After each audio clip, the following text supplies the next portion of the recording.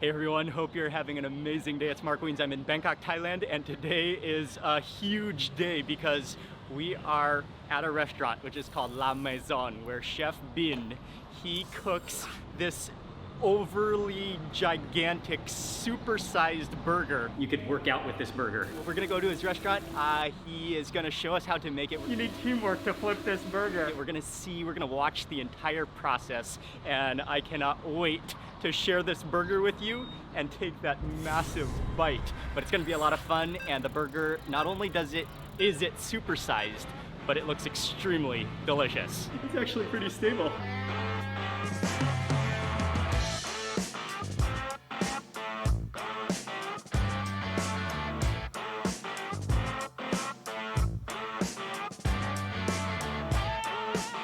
So welcome to La Maison by Chef Billy, but in Thai I believe he pronounces his name Chef Bin. So Chef Bin, where he serves mainly Western food. It looks like a lot of French food and Italian food, but Western food, and he also specializes in burgers. Just a quick note about the supersized gigantic burger is that you have to order it 3 days in advance. It's because he makes everything for his burgers from scratch, from the beef to the toppings to the bread. He bakes his own bread. This is a bakery too. So mainly you have to order this gigantic burger 3 days in advance because he has to bake the massive supersized hamburger bun for your burger.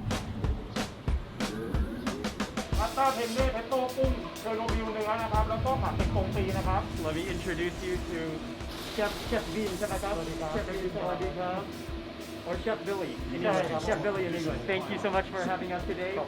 I'm very excited to be here, and he's going to get started on our order on the burger. And that bun, that hamburger bun, is massive. It weighs 1.5 kilos.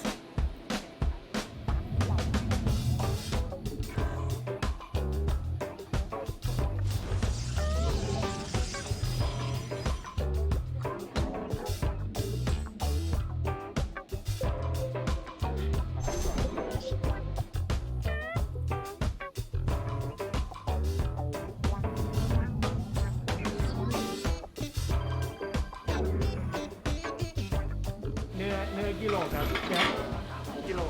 2 kilo. 3. Oh, 3 kilos. Wow.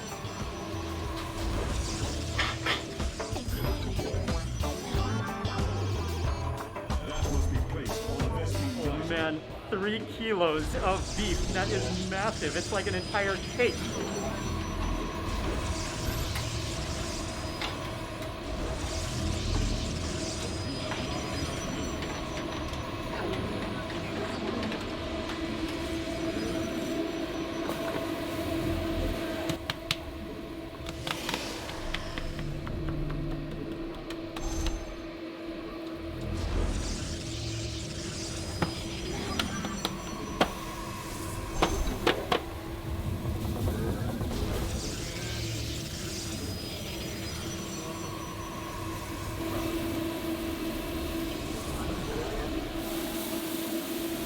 Takes up almost the entire griddle. It's huge. I mean, just keeping this burger in shape, in form, is a feat of engineering in and of itself. And then also on the hot griddle, Chef is making up, it's a melted cheese sauce. Oh man, that looks thick and rich. The burger is also so big that it has to cook for 30 minutes.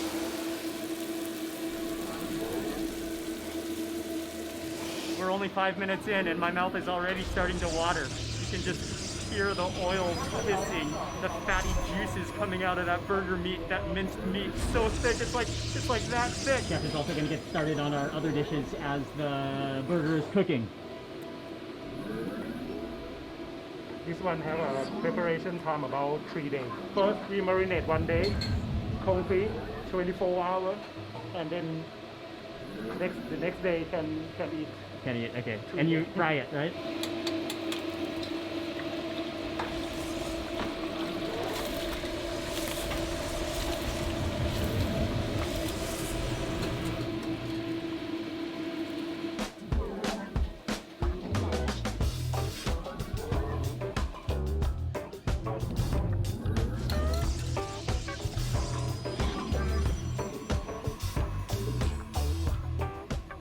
Chef Billy, where did you learn to cook Western food? I have learned at OHAP. OHAP is a culinary school of Oriental Hotel, Mandarin Oriental. Oh, Mandarin Oriental Hotel. And I work at Oriental at Le Normandie Kitchen Oh, about 2 okay. years. Oh, very cool. Very cool. I didn't know that. That's awesome.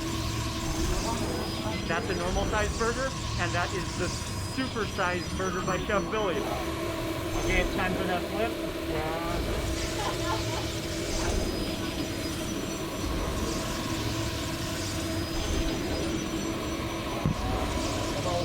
Tầm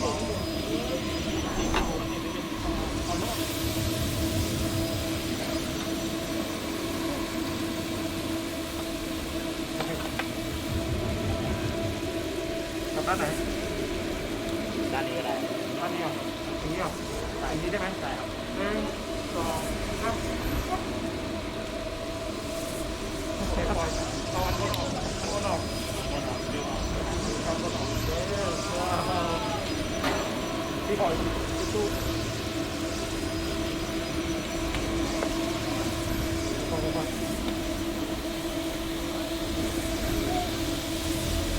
You need teamwork to flip this burger, and that is just perfectly cooked on the one side, perfectly golden caramelized, and you can just see the like buckets of juice are coming out of this burger. Oh man, that flip was incredible. Oh, go up.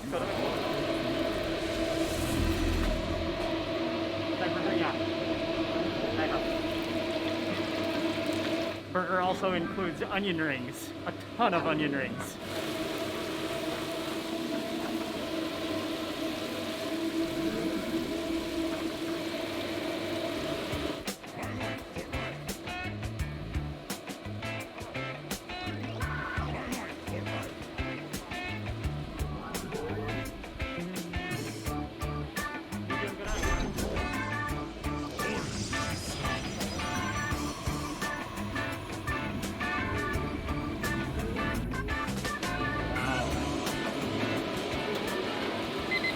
That's just the regular burger. Oh, and I hear the alarm ringing.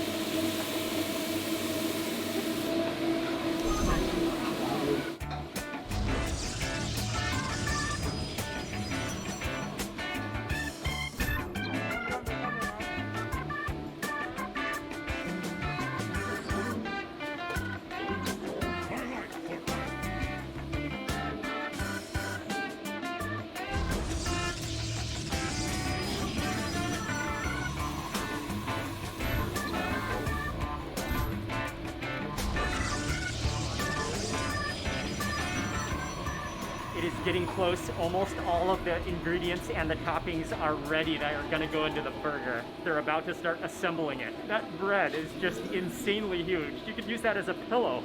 Okay, come here.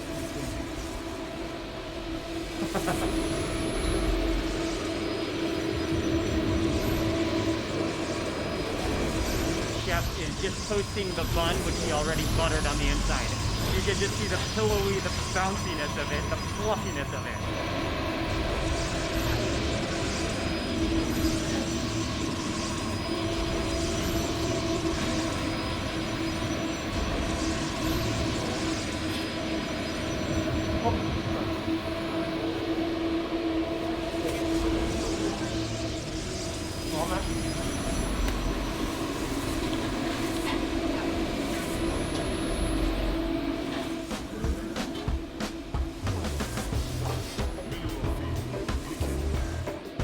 Signature sauce. Whichever sauce is it? This one is a barbecue sauce. My signature. Oh, signature sauce. Okay. Chef Billy's signature sauce, like a barbecue sauce. Made by 20 ingredients. ไม่ได้ลืมอะไรใช่ไหมไม่เป็นไรไม่เป็นไร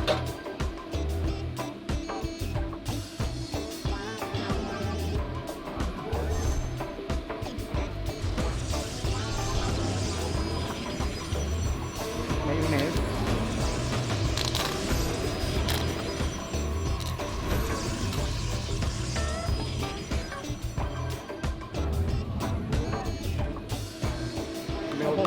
เร็ว almost forgot about this cheese. Yeah.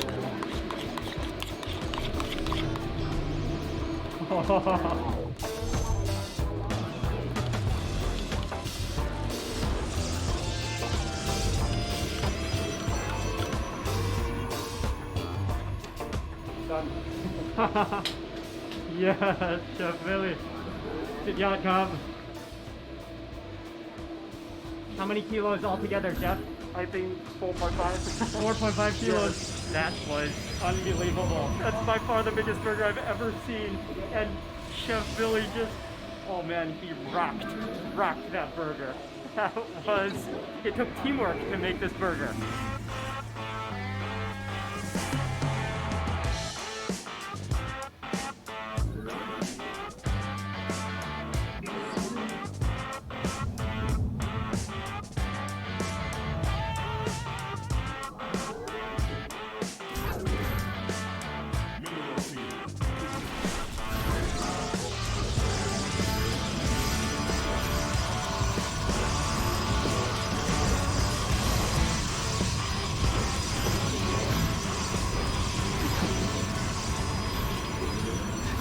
This burger is just, it's actually ridiculous. No.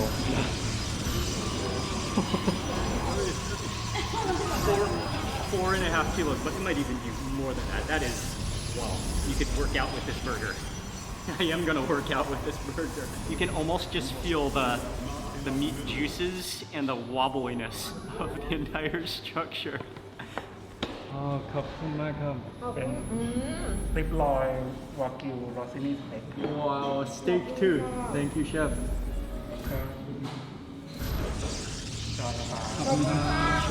Chef brought us out a steak, which is another signature dish with rosemary, with garlic. So we have a number of dishes, but we'll have to begin with the supersized burger. And I'm just going to ask Chef Billy to slice it in half. I already attempted to pick up the whole burger.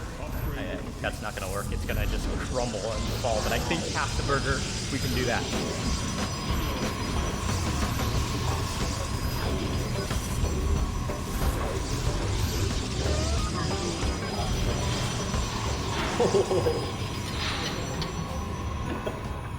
Okay. Oh yeah, I think just leave it as half for now.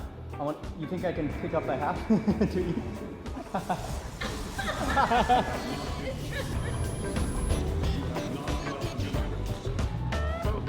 Thank you, Cub. Chef. We asked Chef Billy how many people this burger serves, and he said for 10 to 15 people. That's how big. You can feed not only a family, but an entire party. One burger for your entire party. I can't stop giggling in excitement, anticipation, and happiness right now. It might be a mission impossible, but I am going to attempt it. I just have to. There was no way to pick up the full burger, but can we attempt to pick up the half burger? Oh yeah, it's actually pretty stable. Construct additional. Oh man, the softness of that bun. Oh, it literally is pillow soft and spongy.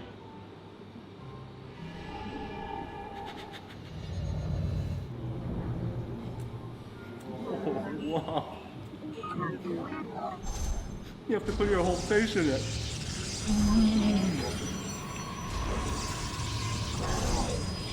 But the taste is amazing. Oh, that burger patty just melts and crumbles in your mouth. The crispiness of the bacon, all those sauces, the creaminess of the mayonnaise, the creaminess of the cheese, the crunch of the tomato. Oh wow, it's actually seasoned perfectly. I think I totally missed the bun on my first bite. I only got pure beef. Okay, we'll try to get bun on this bite.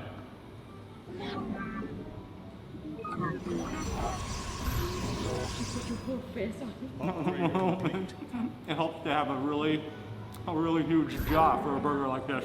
What immediately strikes me about this burger is that it's not a food challenge. It's made for 10 to 15 people. Because it's not a food challenge, it's like extremely good quality food. The quality will just immediately stand out at you. The quality of the beef, the ingredients that he uses, the bread, which he home bakes himself. And I have to set this down. I'm getting sore. Oh, I'm getting sore in my armpit area from lifting that burger. Okay, let's go in again. Let's explore.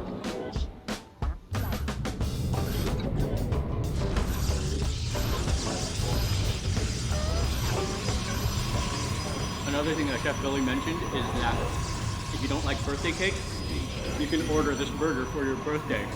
That sounds like my kind of a birthday celebration.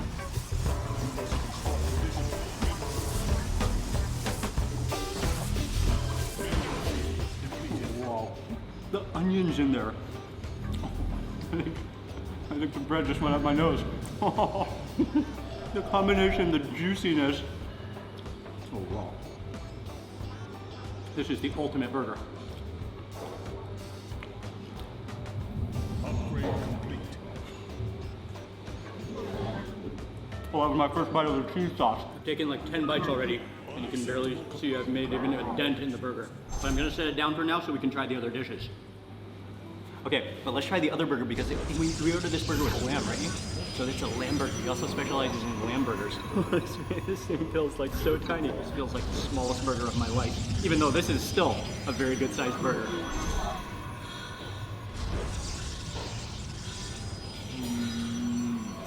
A lamb patty, onion ring, cheese, the special sauce, Chef Billy's special sauce.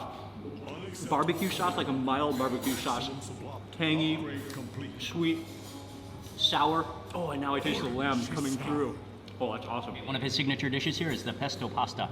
And I watched a little bit as she made this pasta. She cooked it over such a high flame, just smoked it out. That sauce just bubbling away. Looks and smells extremely delicious. Finish it off with some cheese and then fried shrimp on the side. Maximum supply.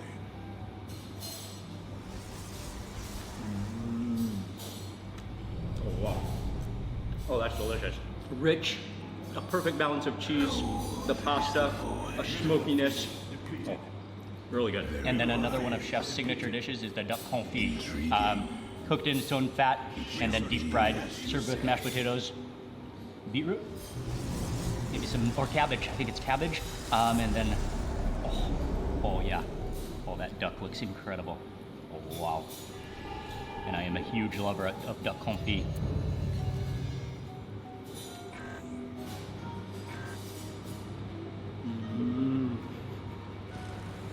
Wow. The texture of that duck, it just melts in your mouth. You feel like the fat which has just been soaked and embedded all the way to the bone. The texture of the mashed potatoes. You taste a little bit of a red wine sauce in there as well. Oh, that's extremely good. And then the steak.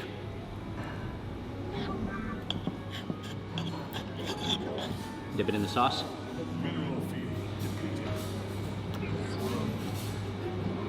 The tenderness, the juiciness, the smokiness. Finished with just a little bit of salt and pepper, perfectly caramelized on the edges. Well, it's tender. Final dish that we got is a special dish. There's some grilled shrimp and then looks like kind of a fruit salad. I want to say fruit salad, yeah. So I'm gonna try one of these shrimp. There's strawberry in there.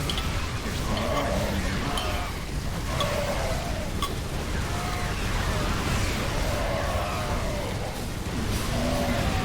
Fruit salsa with strawberry is really nice. Gives you a nice balance, a nice tartness, and then the salty, peppery prawns, which have a nice bounce to them, circling back around to the burger.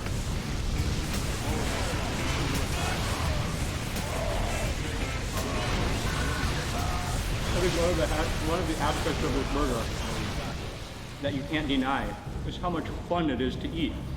This is just fun food. It's incredibly durable. I mean, just the fact that I'm picking up the half a burger and it hasn't collapsed, there hasn't been too much backslide. I mean, there have been a few avalanches of cheese, a few avalanches of meat and toppings, but overall, it's impressive how well engineered this burger is to hold everything inside.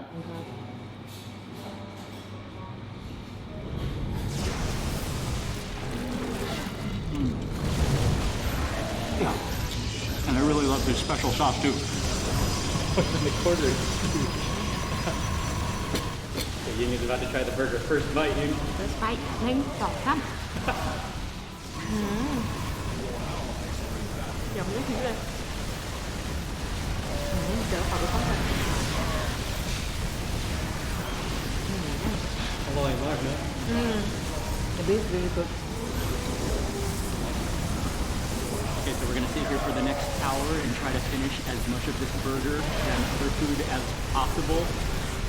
Oh man, today is It's a celebration of a burger.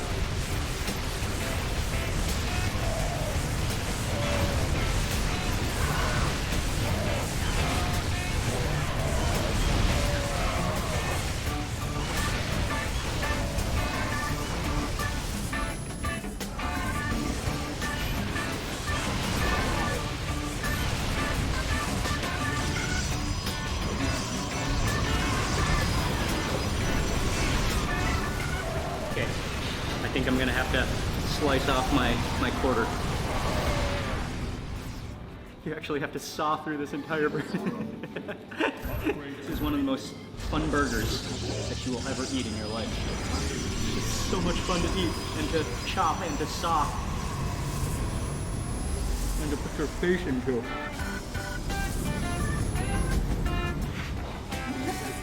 Oh yeah. I think the tomato fell on the floor. And I can guarantee you, you'll get cheese up your nose.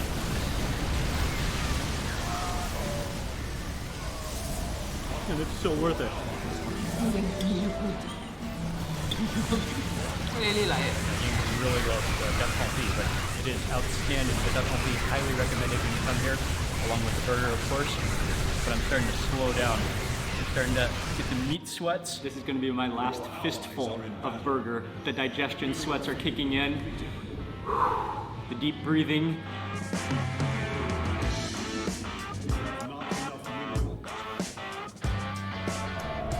Okay, there could be 2 burgers. I survived with only minor injuries and just with a few casualties of sauce and tomato falling on the floor. But other than that, we're all intact. And that completes my quarter of the supersized burger.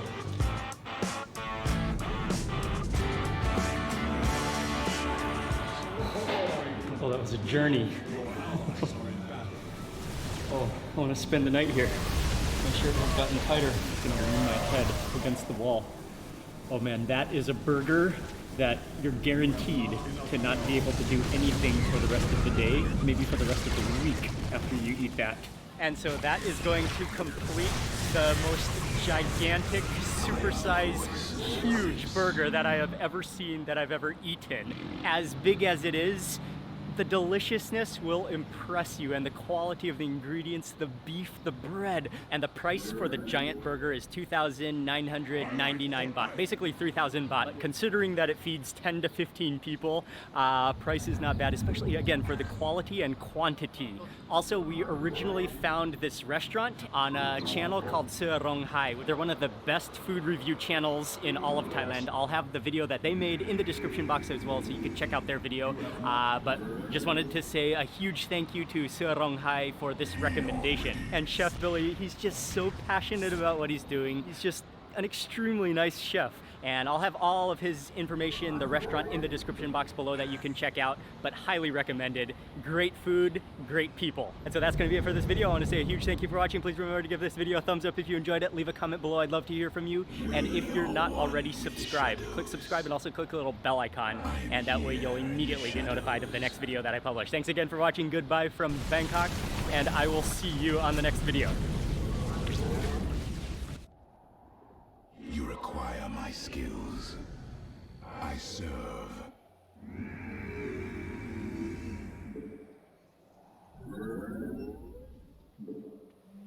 Hey everyone, hope you're having an amazing day. It's Mark Wiens. I'm in Copenhagen, Denmark. It's gonna be a bit of a mixed day. I'm actually gonna include 2 days within this video. First, I'm gonna show you what we did yesterday, visiting some of the local producers of products, chocolate, a farmer, and some of the dairy cheeses. Then we'll come back to today, which starts now, which is where we'll really focus on the concept of social dining and food production within Copenhagen. We'll visit some farms, and then we'll probably eat some street food as well, because there are a couple places I want to check out. And then the main thing that's going to happen tonight is my friend Espen, who is a chef who's been taking me around this entire tour of Copenhagen. He is preparing a dinner, which is going to be a social dinner with a whole group.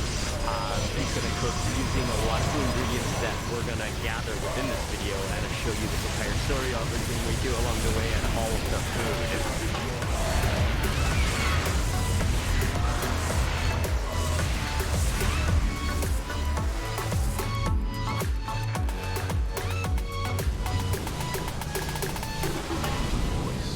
Just entering into the house, going up the stairs.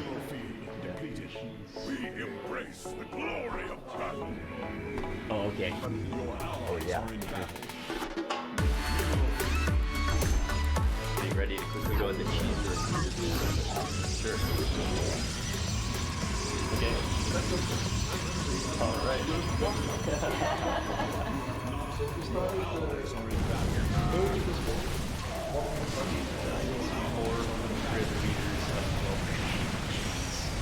Handmade, everything the traditional, the real way that smells and looks really good.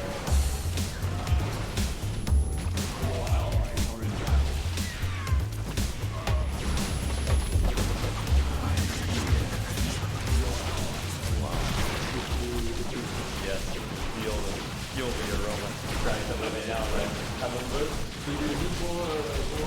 No, that's fine, that's fine.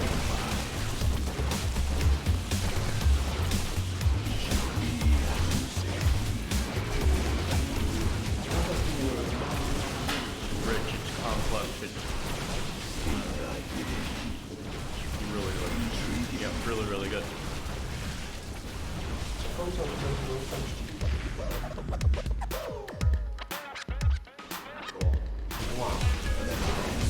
Opening that up and it's just like, it's like melted, runny cheese pudding on the inside. Yeah, very runny and that one's awesome. Wow. It's good. Very good.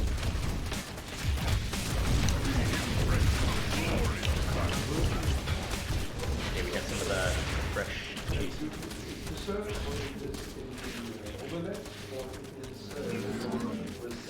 The sourness of that.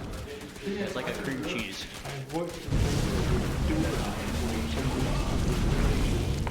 Make the right thing. Oh, good. Yeah, I like this one a lot. The complexity, the matureness of it.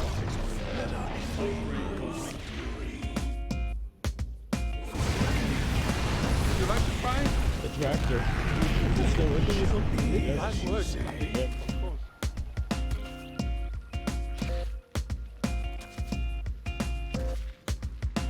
Come on. Hey! Bravo! Very wise. Ay, ay, ay, ay. Very well. Yeah, beautiful, huh? Beautiful sheep. They're so healthy, so happy. Happy sheep. That's the key. The feeding is so We essential. embrace the glory. Yeah.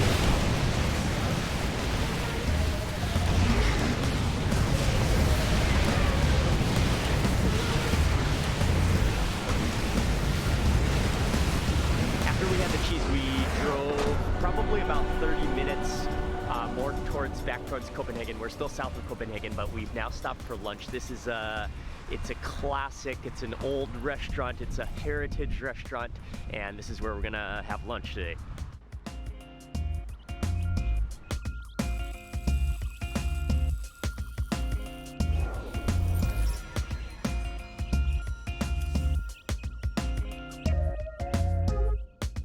Classic Danish elegance, the historical. This is like a museum. It is a museum of a restaurant, actually. I really like their presentation here. It's just classic, but elegant at the same time. So this is a smørrebrød with salted mackerel.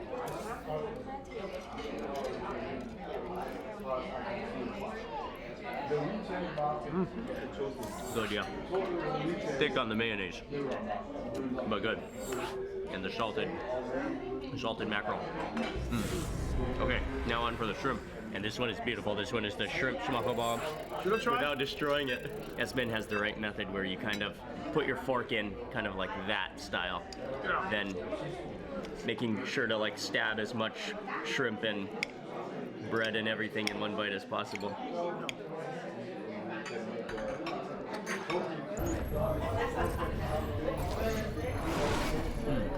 It's like an entire mayonnaise shrimp salad.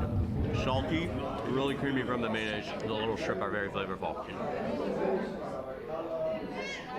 Okay, I can't wait to try the, what do you call it? It's called Pariserbrød. Perfect. Carefully. Oh, nice. The egg yolk on top. Yeah, go for it. It's already been measured. Oh, nice. So you can also see it's actually raw in the middle. Nice. It's supposed to be. So it's Okay. only fried on the outside. Okay. Nice.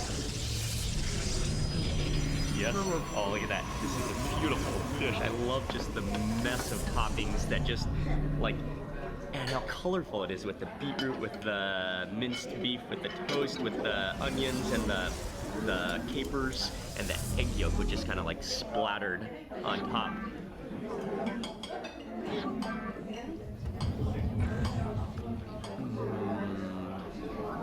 Enough minerals. You have not This is the winner for sure. The meat is pretty rare on the inside.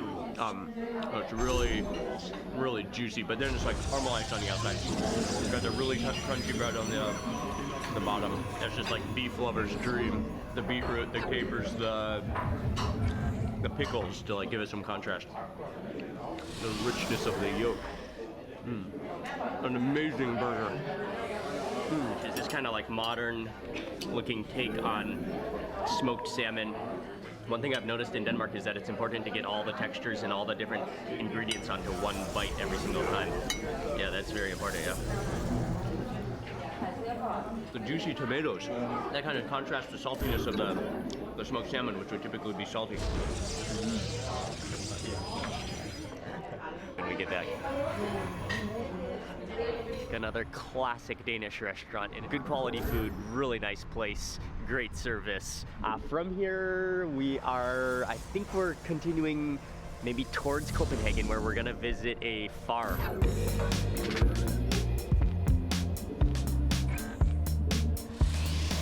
And we're just gonna take a look around here for a little while.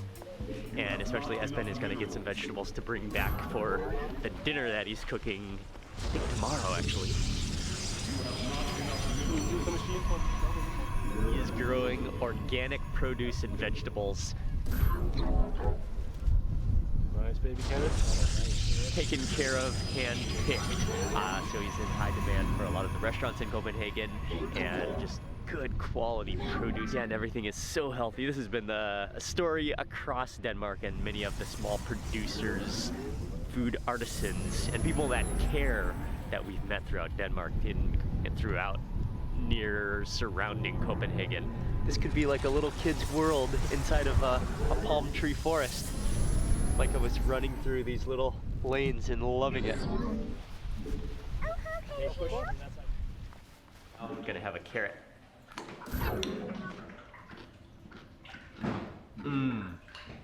Yeah, it's so sweet. Oh, it's right out of the earth. That's so good. So crisp.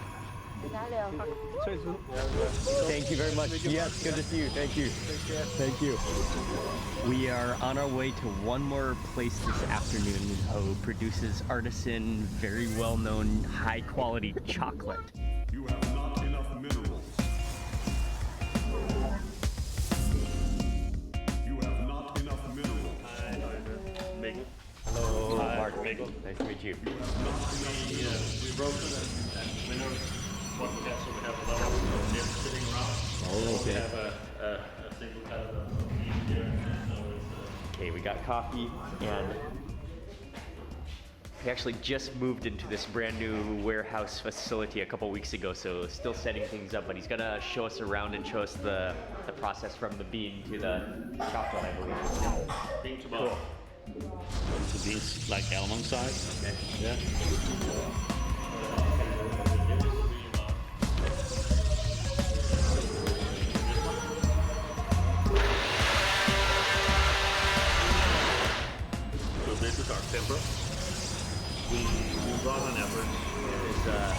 that is a chocolate water fountain. A chocolate fountain. That is a chocolate fountain. And taste test it. Yummy. Yeah. Oh, it's great. Stay huge. So, you go. Okay, tasting the first one. This one is the Guatemalan. From Guatemala. Okay. Worst time to speak in Korean. That's to eat.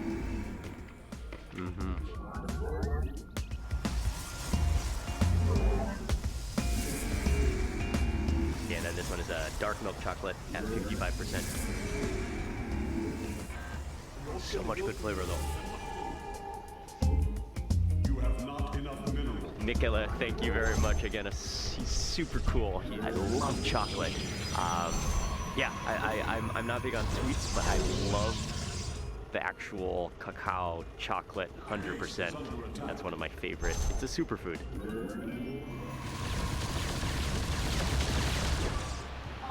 Okay, so to begin today, we are at, it's a vegetable farm. I'm not totally sure everything that it is, but he is known for his mushrooms and he grows mushrooms inside of the basement of this property. So colorful, but I need some coffee this morning desperately.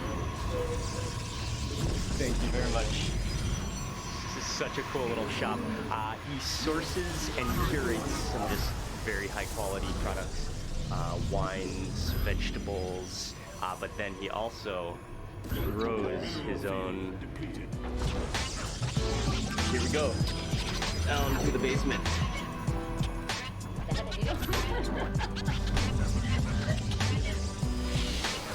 All right.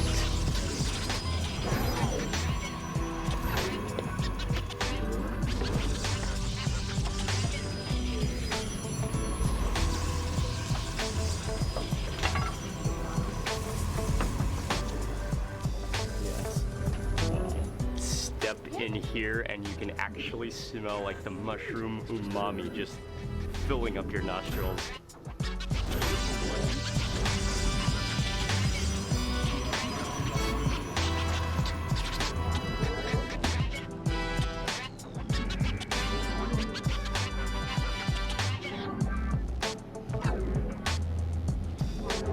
This is such a beautiful, it's like a bouquet. But look at that, like just complex system and growth. It's just beautiful. Just to harvest it, you just take the entire cluster of mushrooms all together.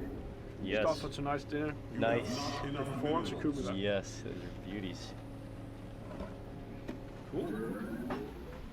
Yeah, very cool. That was fun to see. Ouch. That was very fun to see.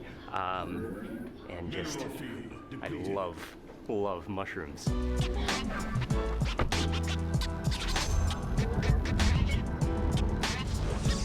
Yeah, here it is, we've made it. This is Empirical Spirits, and it's actually just down the warehouse, kind of almost the same warehouse section, but further down as Alchemist.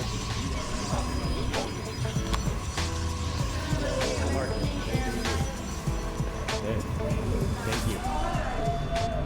So actually, it's started in 2017. We're in the Empirical Spirits, so it's actually very recent. Exactly, Very recent. exactly. In And- the beginning, it was very small production. So Okay.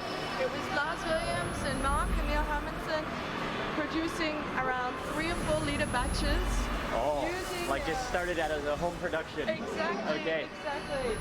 So fermenting in chest freezers and distilling with a homemade still. Nice. So this is pearled barley. It's been polished 60%. We are working with organic grain with a mill in Germany. Full production behind me. This is the stage 2. This is the brewery, and they do a lot of like cooking in here. So like that was an entire like porridge of grain and water and sugars and blending, and then over here looks a bit unique, but that's one of the byproducts I think of something. And she said they can make miso from it, from the koji or something. Here is the actual distillery. A lot of test tubes and hoses and pipes going on here, and a lot of equipment. But what they were saying is from the grain to the actual product, takes about like 2 to 3 weeks for their product their spirit to be ready. It's the slow process, it's the care that creates such the superior, much better product. We are back in the tasting room now. We're gonna taste a few of the spirits, and I'm really excited to taste the kombucha, actually, the finished product kombucha. A kombucha that we've prepared with green gooseberry. Gooseberries? No. Gooseberry, green gooseberry. Green gooseberries kombucha. Yeah.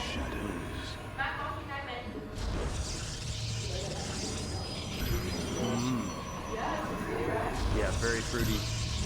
Really good. This is a blend of spirit and kombucha.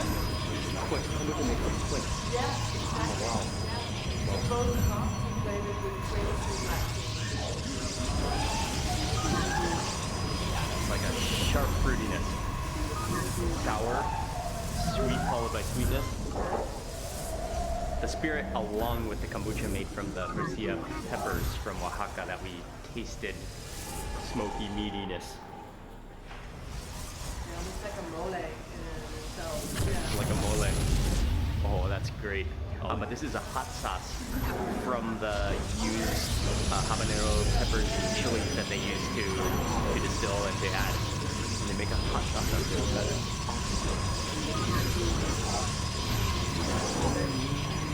And it's like mushroomy as well. It's mushroomy. Oh, that's wonderful. Used in the Poland pony. It's almost syrupy. Oh, that's good. That tastes like pomegranate molasses. Yeah, it does, right? So all of the kombuchas that we make, nothing is pasteurized. They're very alive. Okay, and then final one is the hopped hibiscus kombucha. Oh, that's wonderful. Vinegary. Espen just had a brilliant idea after we tasted the quince kombucha glaze reduction sauce. He's gonna get some to bring back for tonight's dinner. Probably for the mushrooms picked up earlier. Awesome. Oh yeah, that would be such a good combination, yeah. Yeah. Show that.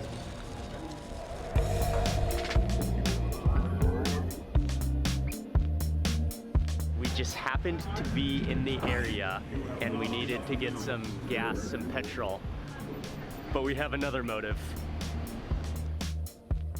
Original, yeah. Original. With cheese and fries. Yes. One cheeseburger and one original, one fries. Thank you very much. Okay. All right. Fuel up. Okay, we got the regular burger and we got the cheeseburger and we got the fries. I'll try the original first. Cheers. Warfield Online. Yeah. Wow. Really awesomely good.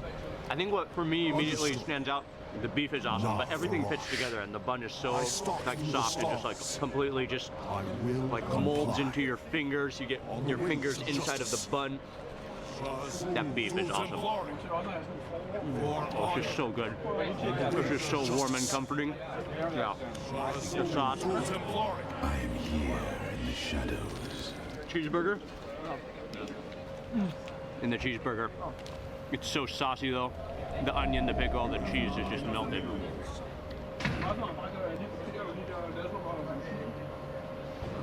It's more rich because of the cheese. Oh, cheeseburger is fantastic too.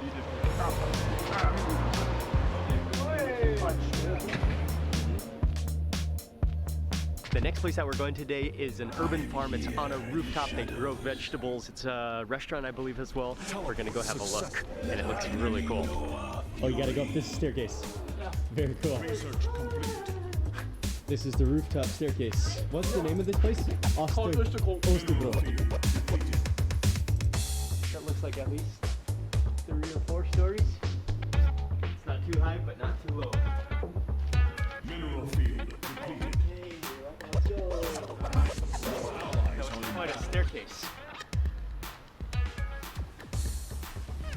Going up and around. This is it. Ah, very cool. Rooftop garden overlooking Copenhagen.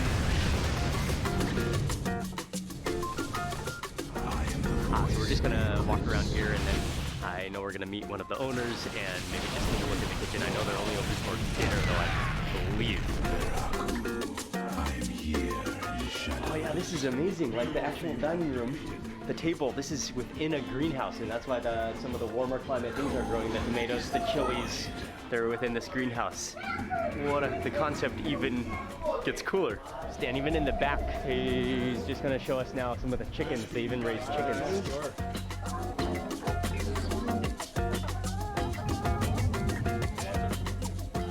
Oh, rabbit. Oh, hey guys. I'm here. Hey, little guy. Wow. That's Lisbeth. Is she nice? Yes. Yeah. Like furry, like a cat. Yeah. And then over here, they're actually starting up some of the cooking. Oh man, that looks and smells delicious. I believe he's burning some of the fennel flowers and stems.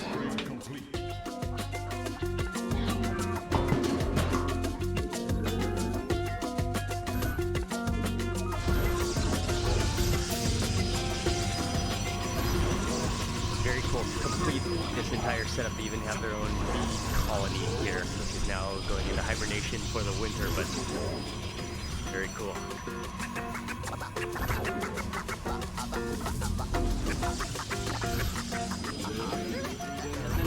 Taking a few, I think it's like kind of mustard greens. Okay. So we use that for dinner also tonight. So get a little thing from the rooftop. Yeah, he's got so many things from so many sources. Yeah. Back on solid ground. This is the building, and on the rooftop is the garden. You would never know, even from down here. Except I can see a few sunflowers like poking their heads over the ledge. Yes, so we are on our way next to eat what I think is maybe the king of all street foods. Called Kebabistan. What a name, too. I've been waiting for this moment. Teleport successful. Kebabistan. This is just a small, like, standing space. A lot of people eat outside, a lot of people take away. You can smell the aroma of the kebab. We went with a durum de shawarma.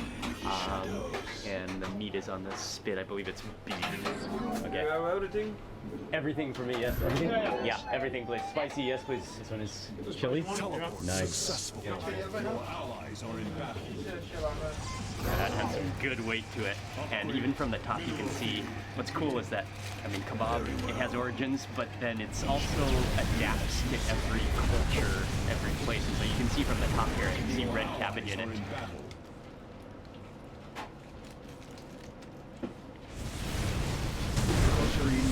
Yeah. Chili in there? Although I could use a little more chili. That's good though. I'm gonna add some from this bucket of chili sauce. Mineral field depleted. Add a little more chili. Your allies are in battle. That's just warm, comforting. That's tasty.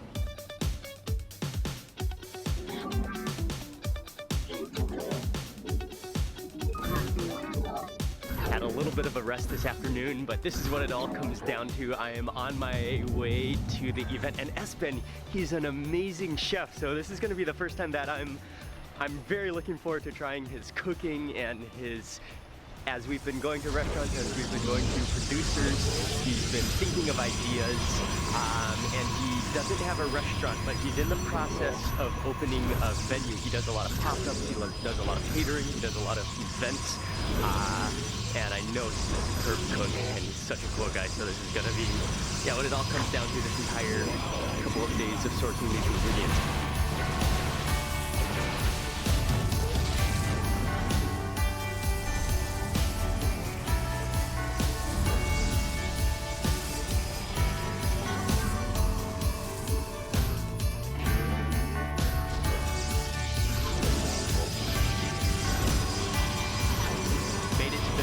Still really wet and rainy today.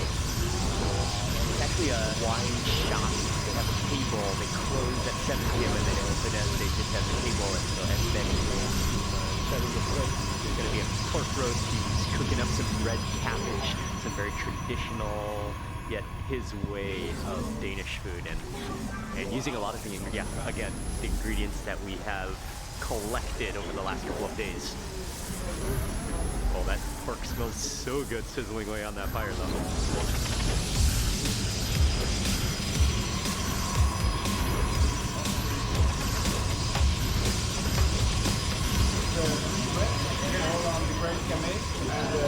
We're as well gonna taste one Danish white wine, just as we talked about, like what is the potential of This is the Danish wine. wines planted by a former Danish. It's like when the naturalistic goes in. Something interesting that he was just mentioning is that a natural wine is really like a ancient traditional wine with no additives, just the grapes, the natural process. It's like getting back to the roots of original wine. Really good.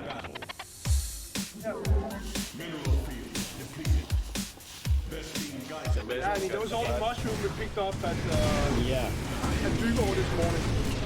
very cool. Like the oyster oil soup, Pass that now. trying to go. Still, I mean, it's a little bit windy and rainy here in Yes. Copenhagen, but It's a rainy day you out. can always make food outside.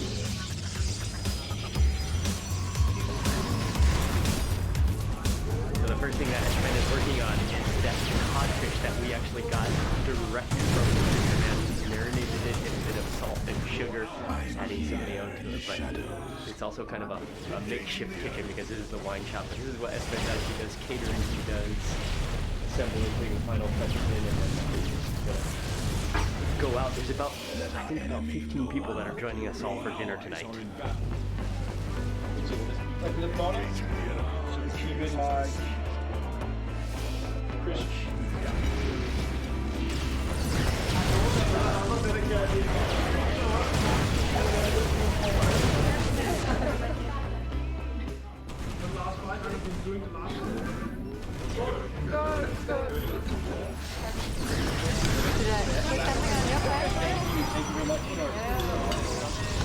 Okay, so this is some of the codfish that we actually got from the fisherman, prepared by Espen.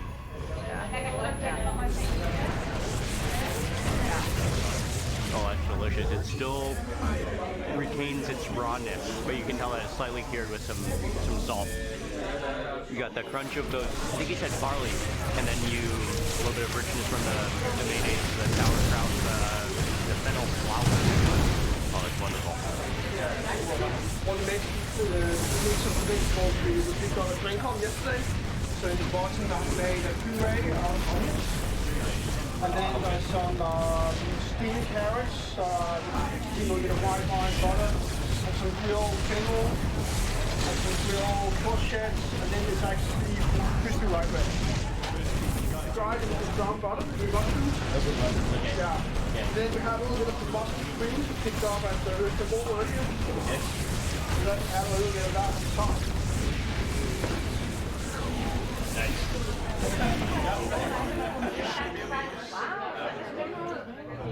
Vegetable tray is still coming around, but I'm going to try some of the mushrooms. This is all the mushrooms that we collected from the basement this morning, a variety of mushrooms. And then, oh yeah, I'm going to use that, that kombucha, like syrup almost, that he added to this dish. So that is awesome. I've never had mushrooms in kombucha before.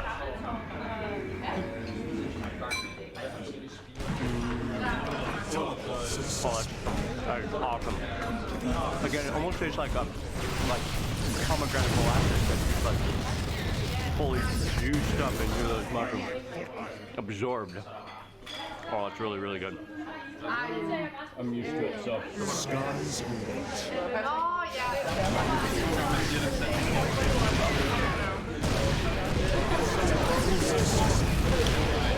This is a tray including a lot of the vegetables that we picked up. We actually cut from and the carrots that we pulled yesterday from the farm. So again, like this is the connection between the farmer and actually the dinner table now, and see how it all fits together. That like steak that has been made. Oh, it's delicious. Oh, that's so good. It almost is like it almost has like a tahini kind of feel to it in texture, but with like a vibrant onioniness.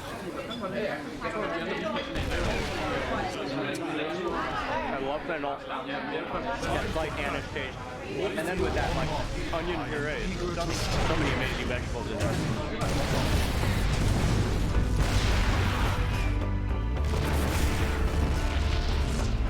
We picked up yesterday. Oh, yeah, okay. So that's also just heat it up and don't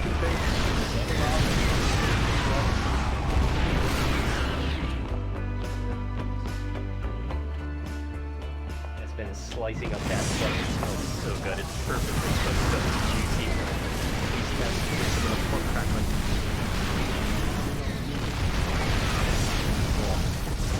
Smoky too.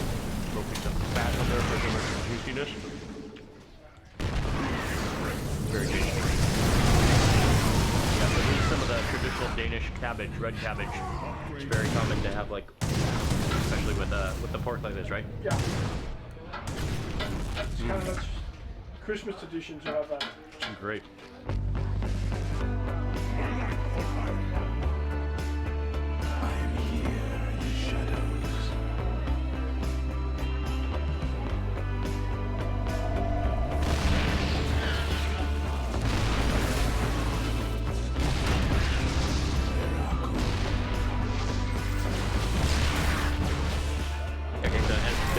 Just finished preparing the main dishes, garnishing them all together, putting everything together. They're so beautiful.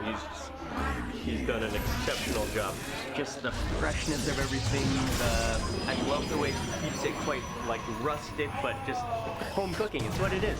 It's just like elevated home cooking, his own style, and it is beautiful food. Try to make a little bit Christmas-like thing, so we have made actually a very traditional red cabbage with Okay, so a celeriac. I don't think I've ever even really had it before, but we've seen it quite a few times at the farms throughout this time. And then Espen, he made like a puree of celeriac, which, yeah, it looks like a mash. I'm very excited to try it.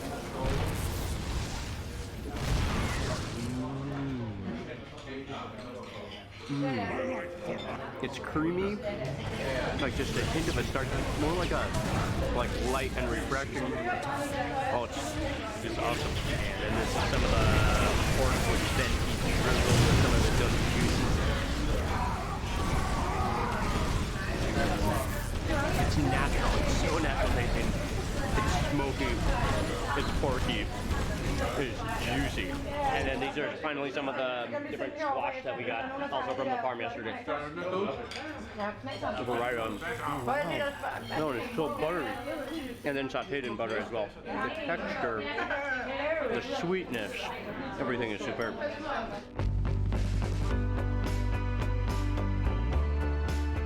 Meal was spectacular. Time for dessert now. It's kind of an apple puree, but using also some of the ingredients that we collected, especially the cheese from the cheese place and the white chocolate melted down in there as well. And then he's topping it with some fennel flowers to finish it off.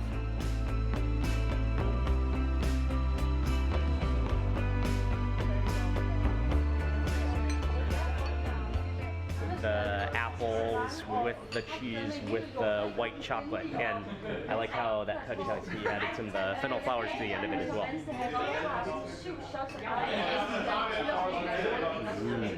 It's like an apple pie without the crust, but with more spice and more herbs in it. And cheese, different components.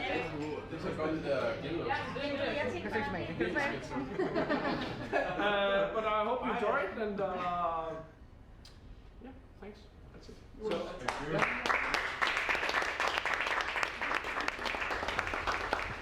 Still raining, still cold. It's been raining almost the entire day, but that's okay.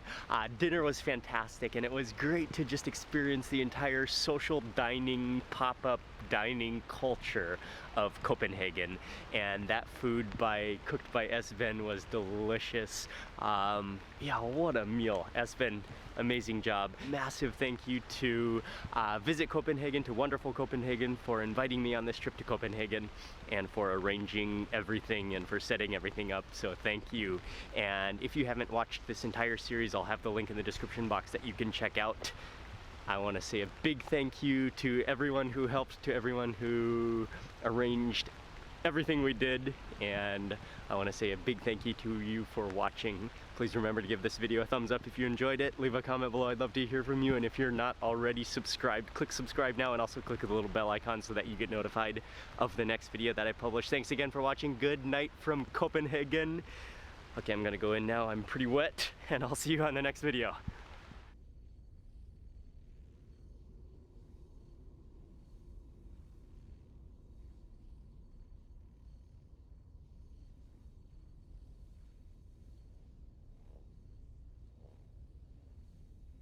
Good morning, hope you're having an amazing day. It's Mark Wiens. I'm in the gorgeous city of Copenhagen, Denmark. And today we're gonna go on an ultimate Danish street food tour of Copenhagen.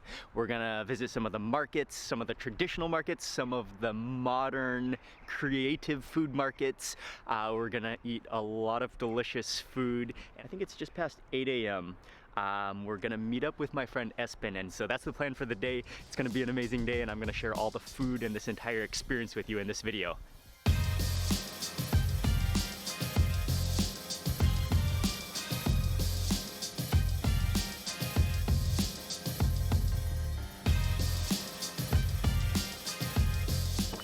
Okay. Good morning, Esben.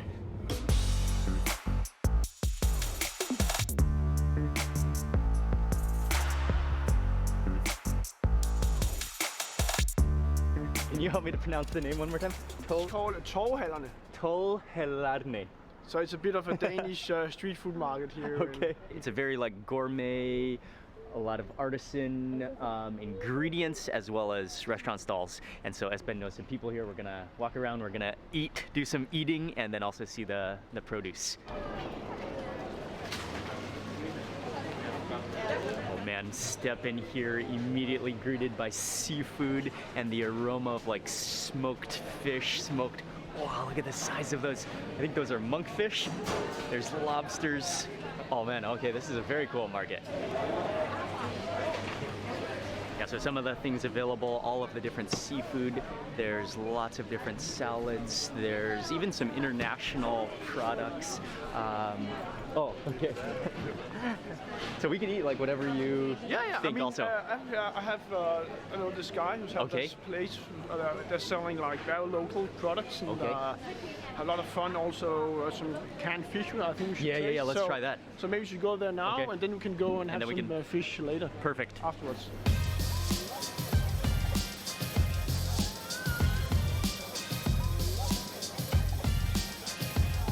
Hello. Nice to meet you, Mark. Danny, welcome. Thank you. I think we should try this one out. Yeah, sure. So this one is sprat with heather and chamomile. Okay. I'm just gonna grab a lemon and a piece of bread for you.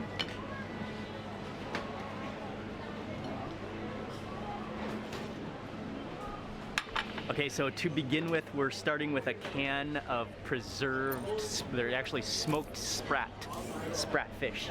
Huh? And actually just eat it whole.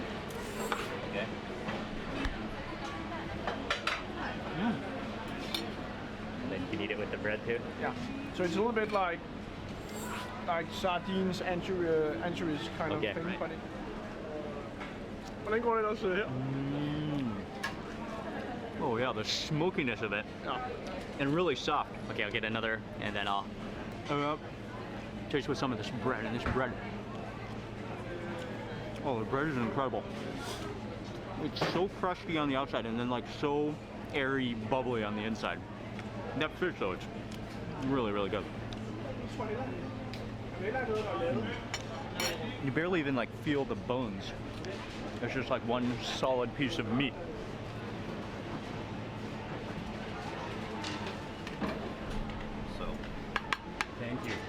chicken salad on free-range organic chickens with pickled mushrooms, trumpets and chanterelles, gherkin on the side, as it should be, on good Danish rye as well, of course. This is a very Danish Very, mixture, very, okay. very, very Danish. Thank you.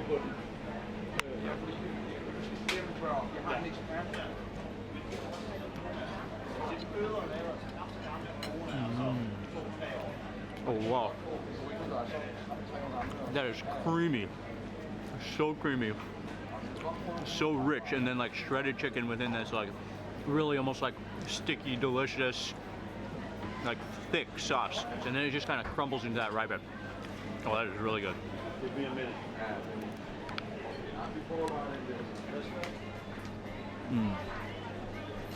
It's good, this chicken. They're both good. The Yeah. Mm-hmm. They're both really good, both really different. That chicken salad is like hearty. That is thick. It's almost cheesy. It's so thick.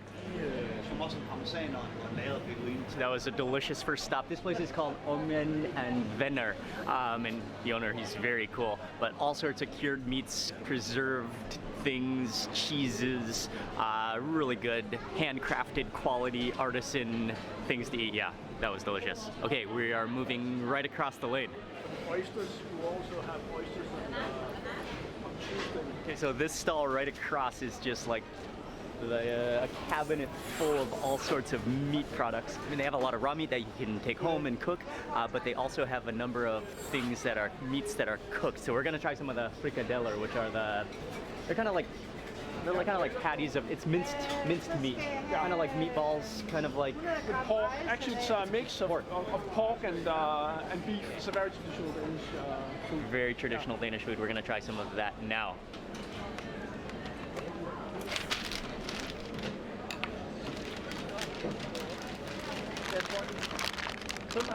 They're kind of like giant meatballs, patties, and they're kind of like one side is more caramelized than the other. They're really puffy, really, really thick.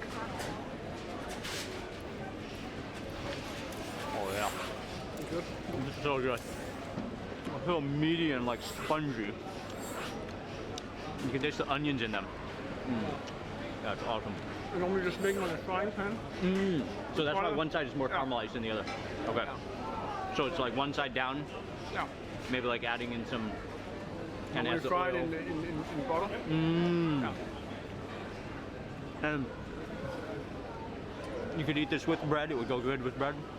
It's also fantastic just as a steak, just like straight meat.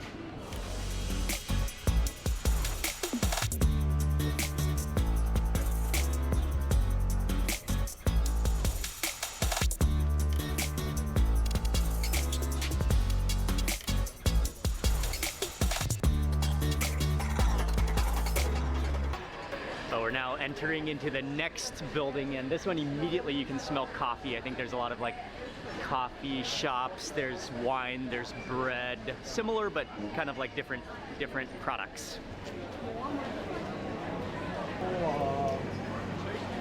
These ones are the classic one. Okay. So maybe we should have a normal size. Okay. This is called a plethora, and is there a correct way to eat this? Or do you just gotta bite? Will it collapse? No, yeah. Or you just bite from the top? Yeah. Okay. Okay. It's definitely a unique shape for a chocolate. Yeah. Don't eat the tag, by the way.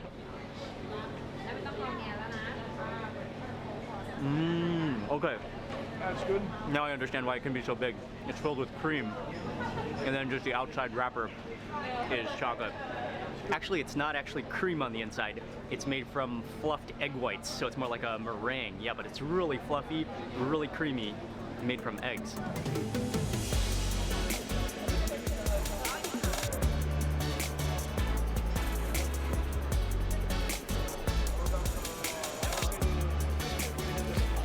Okay, so next up we've stopped at a place, it's called I Love Fisk.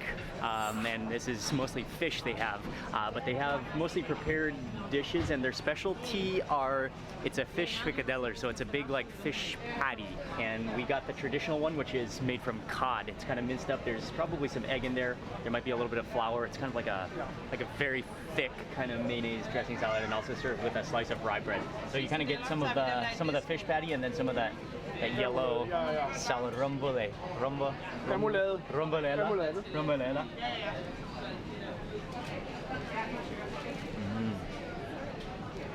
Oh wow. That romanella is thick and creamy. And you've got the fish patty is almost kind of like fluffy. It's good, really good. Yeah, like a giant fish meatball. And kind of like airy and fluffy and spongy. And then again, pan fried, so it has that kind of crispy crust around it. Oh, and that like the fish patty, but I think especially that salad because there's so much mayonnaise and the creaminess of it. It is rich and heavy. That's hearty. That is filling.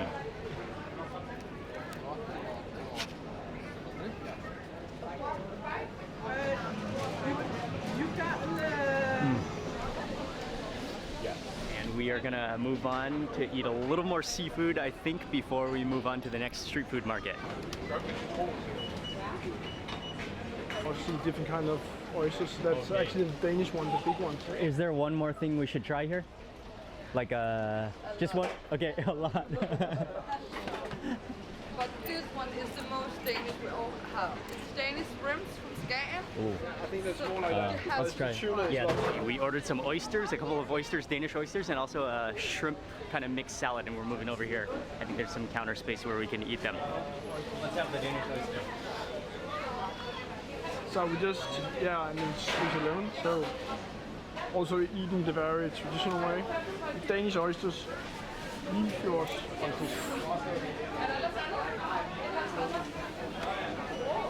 Danish oysters, cheers, Yeah, man. cheers. Cheers.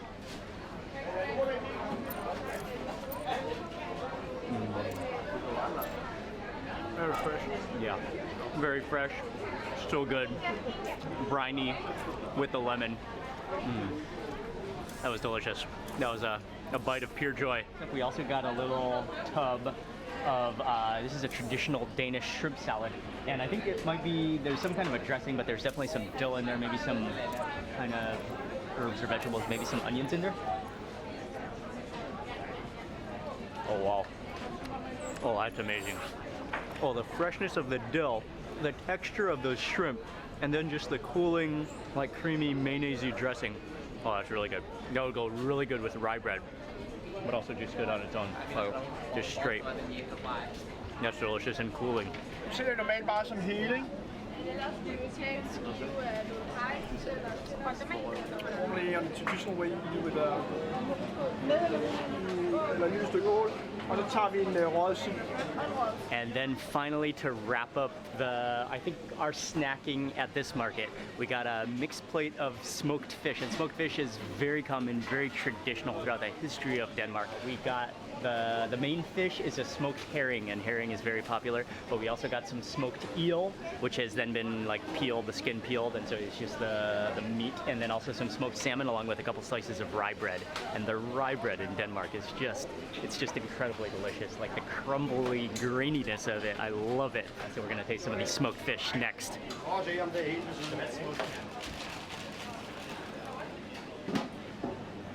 It's not so easy with this kind of knife to cut off the skin. Yeah. No problem.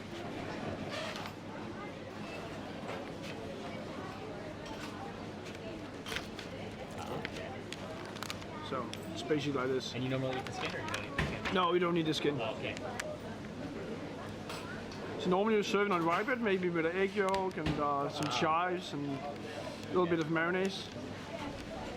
So I'll just start on some of that herring before trying with the rye bread, just a pair of herring. Oh, I love it. Oh wow, that's awesome. It's like creamy in texture. It's so smoky and salty. It's so flavorful. And you can almost like, because it's smoky and moist, you can almost like spread it. You can almost spread it on bread. Okay, and then this one is the smoked salmon. Oh, wow. Yeah, that is like so oily and rich and just like, so smoky. It's so buttery. Really good salmon. Okay, and then finally to try the smoked eel. Oh, wow. Like a totally different texture. It's kind of like jellied and creamy. And you take the first bite and it's like cool. But then like the smokiness just like comes out of it as you take a bite, as you chew. The eel's awesome. Eel is so good. Okay, next up I'll try some of the herring on the rye bread. Yeah, like it literally like spreads onto bread.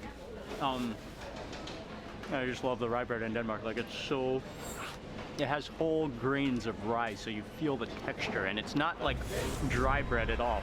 The rye bread is not dry bread. It's very moist. Okay, and I'm gonna have that piece of eel. I think that eel is the best for me.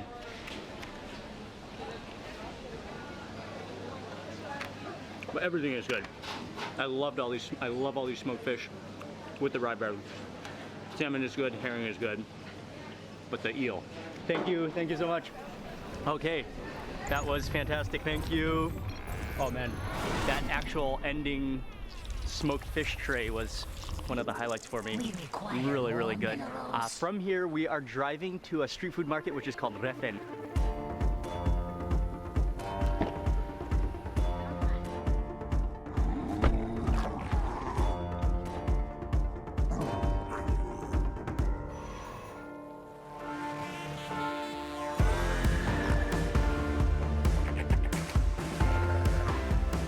Arrived to the street food market. Is called Refen, and it's on an island across from the Copenhagen harbor, across from the downtown Copenhagen. But this is a very artistic area. It was a former industrial area and shipyards, but now it's a really like, yeah, artistic kind of trendy area. And I love what they've done is that they've kept a lot of the traditional warehouses and shipyards, but they've just turned them into different functions. And so now there's a lot of restaurants in this area. There's a lot of like hangout, social places, and then the street food market, Refen Street Food Market, which is made from old warehouses as well as shipping containers.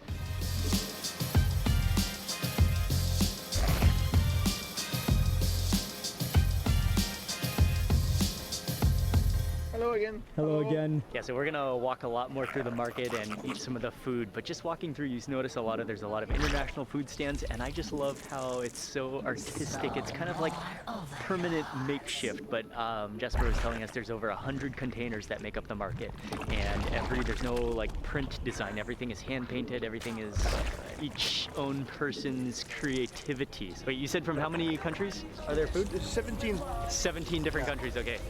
So we're actually the good neighborhood in Copenhagen. Yeah, it really is like an entire international culinary community back in here. Did you taste first an bread? Yes, yes. Okay, okay.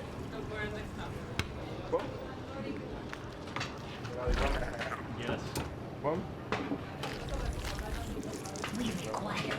I like it. Yeah. With some garlic oil on top. Oh yeah. Very good, thank you. This is one of the stalls that will immediately catch your attention at the street food market. It's a Mexican-inspired stall. The meat here is pork, and it looks kind of like cochinita pibil. When they have a pan of the meat, which is just like simmering in its own juices over charcoal. Well, this is the smoke you just want to bathe in and just inhale. No, you shouldn't inhale it. Okay, but it does smell really, really good. Yeah, tacos, and then he make it for tortilla. Okay. And then, yeah, it's so fresh. Yes. Hola, buenos días. Buenos días. And yes, Tomatoes con guacamole. Gracias. Pico de gallo. Pico de gallo. ¿Esta es cochinita pibil? Es similar, sí, es similar. Es como una combinación entre pastor y cochinita pibil. Okay. Así es. Qué bueno, qué bueno. Muy rico. and these are some of the like tortillas that he makes, as well as some of the, I think some guacamole and some of the vegetables. Very good, yeah. Very, very good.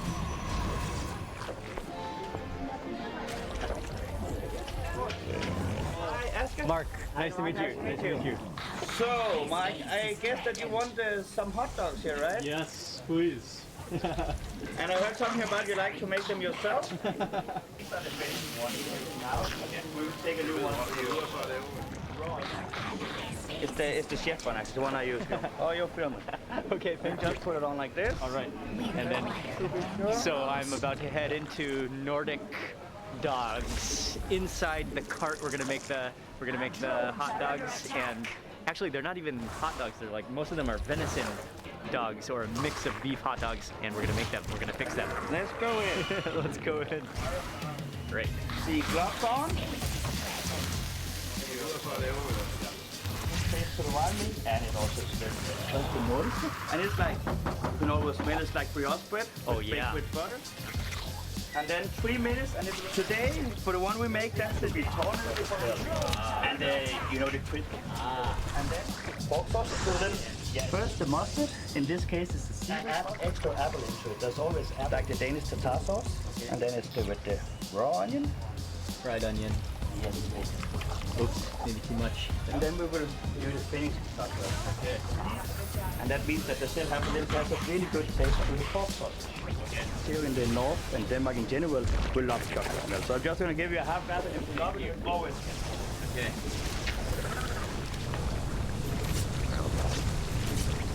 Ready? Thank you. This is one gourmet, beautiful hot dog.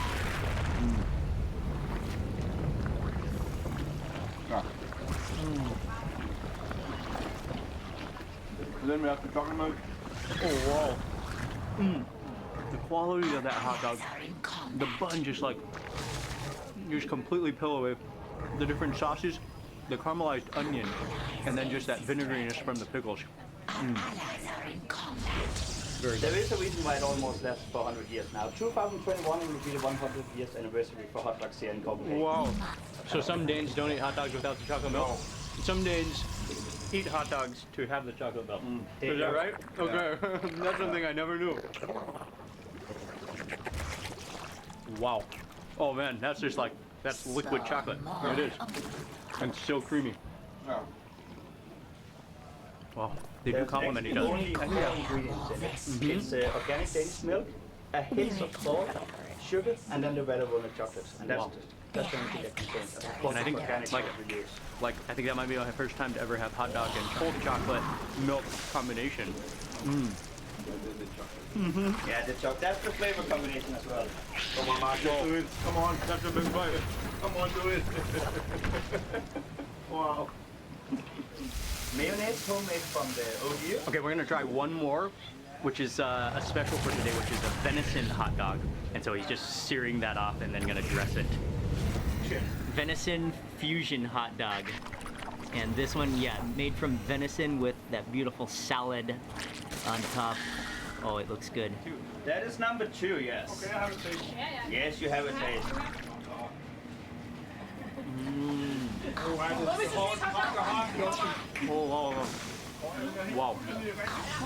is a quality hot dog. I mean, venison dog. Hello, sir. A deer dog, that's what it is. It's a deer dog.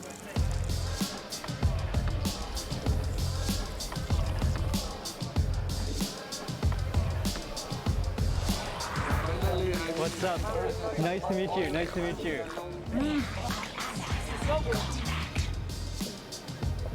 Gorilla in Manila. This is an awesome little stall serving Filipino street food. Oh yeah. Crispy pork, like a garlicky and a nutty tasting sauce. It's been so And what's your name? Alfie Escobar. Awesome. I'm hanging out with Alfie in the kitchen. Thrilla in Manila. Thank you so much for having us. Doing some amazing Filipino street food in Copenhagen. And he's making for us a sous vide chicken. Yeah, with spicy sauce. Oh man. street. Oh man, that smells good. Alright, spicy sauce, a drizzle of lime juice.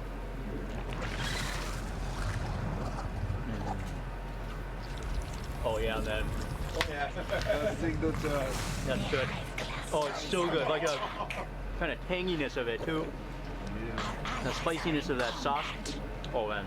And because the chicken is sous vide, like it retains its juiciness. It holds in that juiciness. Oh, and something else is coming. It'd be great.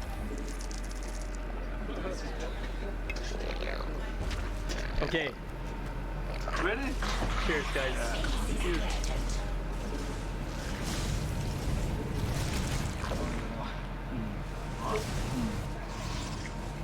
Wow. Yeah. It's tender, juicy. Oh, fatty, juicy pork. And that sauce, maybe a little bit like a little hoisin flavoring. Slightly sweet, salty, a little tangy. Yeah. Nailed it, man. Really, really good. Really good. Sour with fresh ginger. Nice.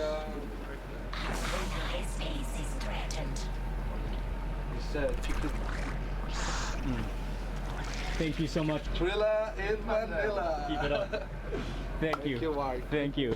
Very cool. Also, a massive thank you to Jesper and to Sin for hosting us, for showing us around the market as well.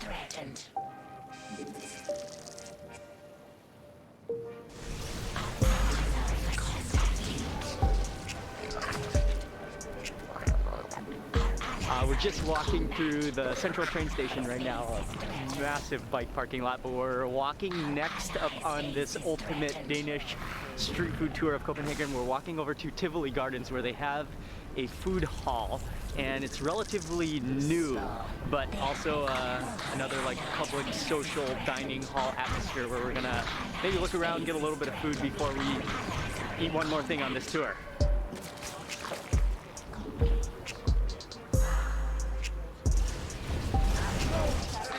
So we're just stepping into Tivoli Food Hall, and this is actually connected or right on the side of Tivoli Gardens, which is a classic. It's a historical entertainment amusement park in Copenhagen, very, very famous. But we're just gonna walk around here, see what they have to eat, and it's also a very mix of international food available here. Everything from tacos, there's pizza, there's like chicken wings, there's even Asian, there's sushi, there's some meat places.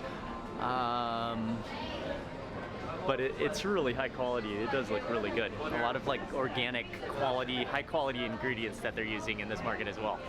One of the most famous or well-known of all Danish food, and I'm gonna need you to help me pronounce it again. Smørrebrød? Smørrebrød here. Smørrebrød. Nå, nej, altså bare, undskyld, jeg er 2 stykker i alt, ikke? We got 3 different types of the smørrebrød. I'm gonna, before I leave Denmark, I'm gonna learn how to say that properly. But one is the steak tartare, so it's like a minced beef, raw minced beef. So it's like a minced beef raw burger patty over rye bread with a bunch of different toppings. There's onion, there's capers, and I think it's served with raw egg yolk. And then a couple of, and horseradish all on there. I love steak tartare. And then we got a couple of different pickled herrings, which is also very Danish, very traditional. So artful, so beautiful, decorated, open face. And those are capers. There's red onions, little sprouts. This one is the, what type of, this is It's a marinated, this is like, marinated herring? It's a classic Okay. one, and the other one is a little bit more, it's called more spicy. Okay, I can say that. try this one first. And always like buttered bread too, right? Yeah. The rye bread is buttered with the smoked pickled herring and the red onions, and some sprouts on there too.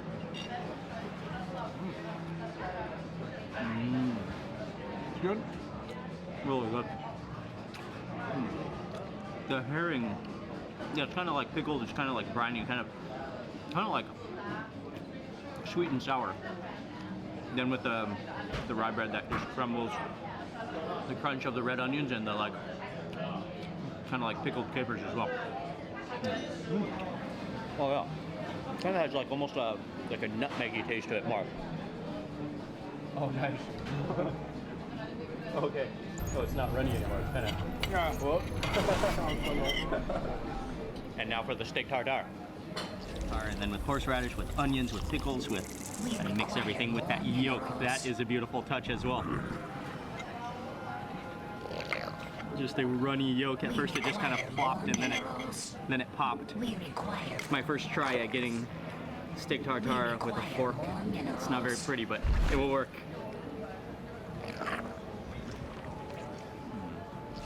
Oh yeah. That is awesome with the crunch of the onion, with the coolness of the raw beef. Maybe just a little bit of horseradish on that bite. I probably missed it. And then with the richness of the egg yolk, the creaminess of the egg yolk. It's very nice in there. Again, a lot of international food, and it's a very hangout friendly. Like there's some tapas style dining where you can sit, where you can have a drink, where you can hang out with friends. From here though, there is one more thing that like there was no way we could have an iconic Danish street food tour of Copenhagen without eating it. And right across the street, right in front of the train station is where we're going. I can't wait. I've been waiting for this moment.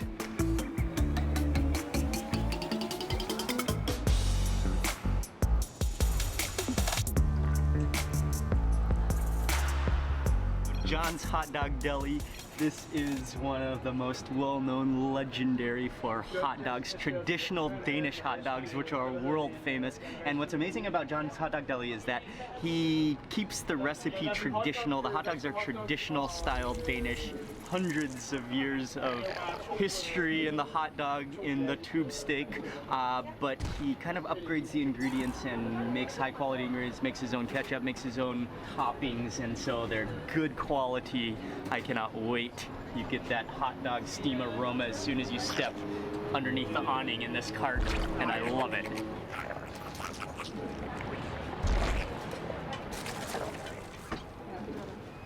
We require more Vespine gas. I just love to take it back to the classic, to the tradition. This is as traditional of a Danish hot dog as possible. And with different kinds of topping, we have ketchup, mustard. She has the ketchup, mustard. Remoulade.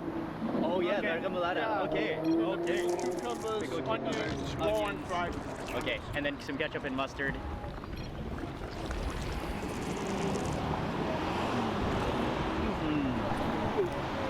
Oh wow, it's so awesome.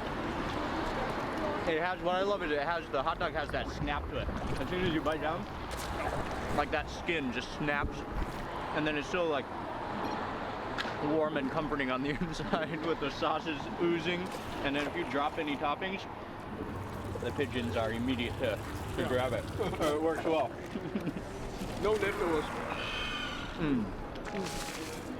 Oh yeah. I got some ketchup on my cheek. But yeah. The bun is also really nice and light. And as soon as you like press down with your teeth, it just sort of like collapses.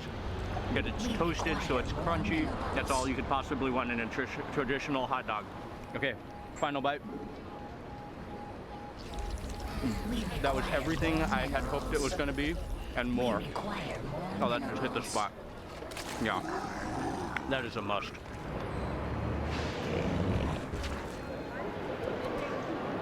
That was a delicious way to end this Danish street food tour of Copenhagen. It's been a wonderful day. It's been a lot of fun. I've learned a lot about Danish food and Copenhagen, and I want to say a big thank you to Visit Copenhagen for bringing me on this trip, for inviting me to explore the food in Copenhagen as well. So that's going to be it for this video, and be sure to stay tuned, be sure to subscribe, and also turn on your bell notification so you get notified of the next video that I publish. There's going to be more Danish. We've got some very exciting Danish food tours planned in Copenhagen that you're not going to want to miss. A lot of food coming up, so stay tuned, and I want to say a big thank you for watching, and I will see you on the next video.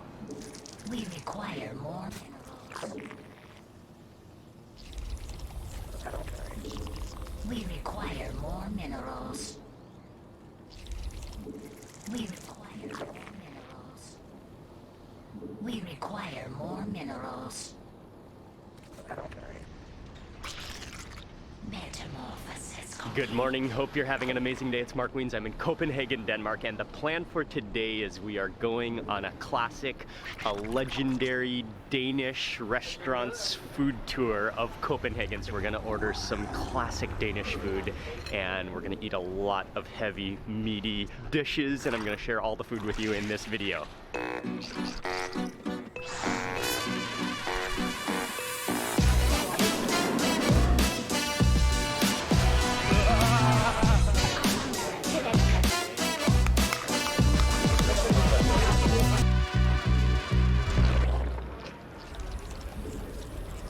Okay, so the first place that we're going on this classic traditional food tour is a place called Harry's Place. Harry's Place, yeah. And this is a place that has been recommended. Actually, it's been in existence in 1965. Okay. So it's one Okay. of the oldest. Little hole in the food bars wall. in- It's like a little container on the corner here. I love the look of it already. Yeah, I love this step inside of here. It's immediately like a hot box of hot dog fumes and burgers and roast pork.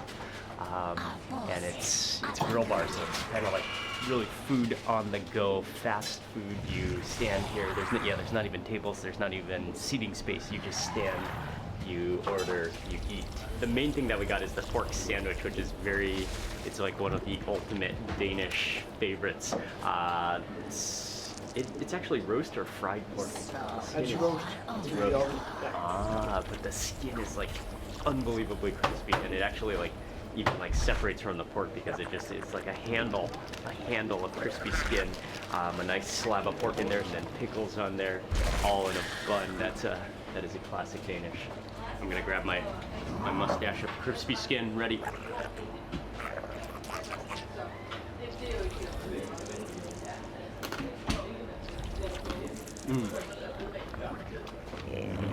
Yeah, the remoulade definitely makes it more creamy. It's kind of sweet and kind of like pickly at the same time. And creamy, very heavy from that nail.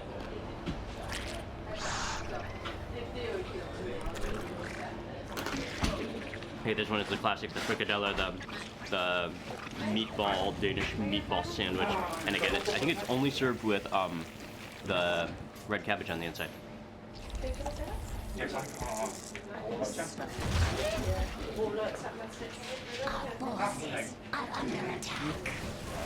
little burger patties have been sitting on that hot grill for quite a while, so the meat has just caramelized on the outside, so it's like crispy burger, really soft, like meatloaf. It is like meatballs in a very soft bun with that sweet cabbage. Oh, too long. You want more of the pork? Go ahead. Go ahead. Yeah, I think I could also if free. Oh yeah. I like it with the mustard because the mustard has more, a bit of horseradish in the mustard to give it that spiciness. Yeah, I needed that to kind of like balance the whole sandwich.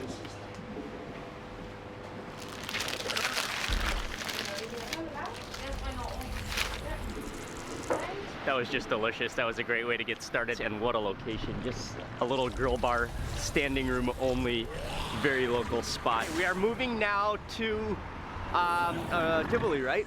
Okay, so that's like a classic. It's an amusement park. It's very historical, one of the most historical places, a landmark in Copenhagen. And they also have some very legendary, very classic Danish food restaurants within there. In the heart of Copenhagen. It's a landmark. You can see it from almost everywhere you go in the city, is Tivoli Gardens. It's an old historical amusement park that's still in use today. We're gonna enter here first, walk around, and then we'll go to the restaurant to eat. All right, and we are into Tivoli Gardens. First, we are gonna go straight to one of the classic restaurants, and they have a lot of restaurants in here, a lot of cafes, a lot of little food stalls, like any carnival or any amusement park. Okay, on our way to the restaurant, just stopping to look at some pumpkins. This is like the Danish Pumpkin Championship. The biggest one, 446.3 kilos. Wow, that is a monster, like car-sized pumpkin. Are under attack. It's an amazing setting underneath the trees, and now the whole park, the whole Tivoli Gardens is decorated for Halloween, so there's pumpkins all over.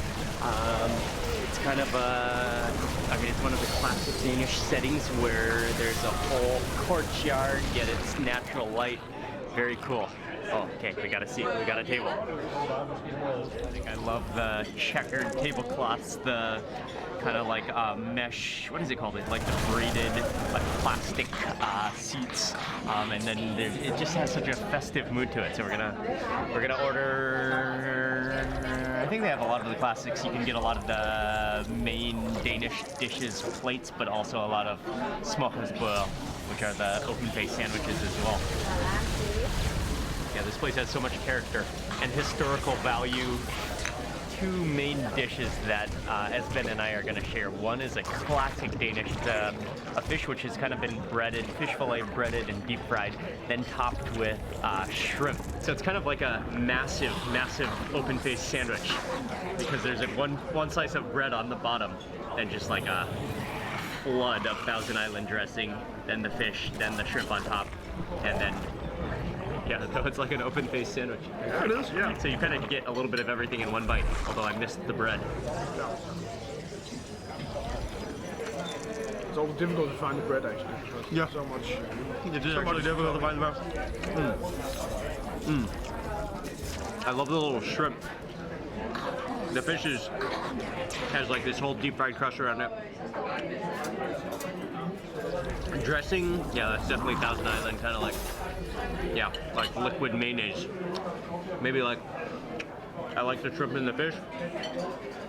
Thousand Island is not my, like it's a little... Maybe a little bit more lemon as well. Yeah, sure. A little seasoning with some pepper, a little pepper on there. So the dish is called Star Shoot. Yeah. The shooting star, the shooting star. Yeah, that's like a... There's also the schnitzel here in Denmark. Almost like a salad style serve. Warm potato. Grab one more bite before. Yeah, sure. I like it with that dill. That dill gives you the refreshing touch. I'm ready to try that schnitzel though. That schnitzel looks so good. And it does look a bit different from Austrian, German, all over peas and fried potatoes. And then the signature Danish touch to it is fresh horseradish, which is shredded on top with lemon. I love how the food is like, I guess because of the natural light, because of this kind of like sunroom, just the natural light, everything is so bright and colorful too. Put that on top, The actually. Danish way? Yeah. Okay.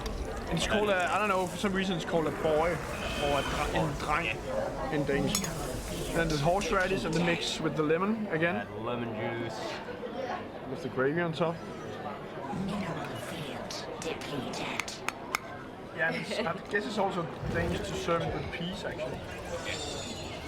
Yeah, it's definitely a unique combination for a schnitzel. Never had anything like this with the combination with the capers, with the fish, the anchovy, with the horseradish, with the gravy, with lemon juice. That's the Danish way. Yeah, and then you've got peas on the bottom, you've got capers, you've got fried potatoes as well.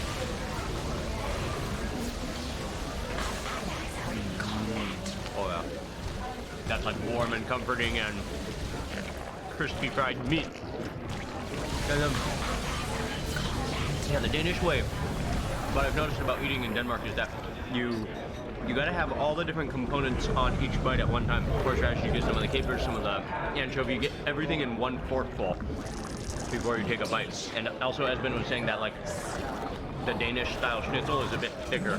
Like in Austria or Germany, it's very pounded, very thin. Oh yeah, some of them are huge.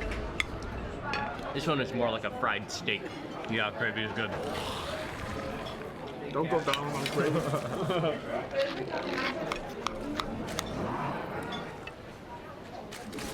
That restaurant is called Groften, and that was a very enjoyable experience. The staff are really friendly, and after a big hearty Danish meal at Tivoli Gardens, there's only one thing to do next.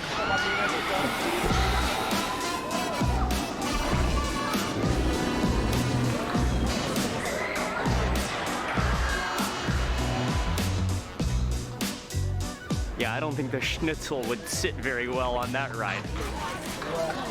We made our way over to, this is the oldest roller coaster in the gardens, in the Tivoli Gardens, and I think it dates back to maybe the early 1900s or so.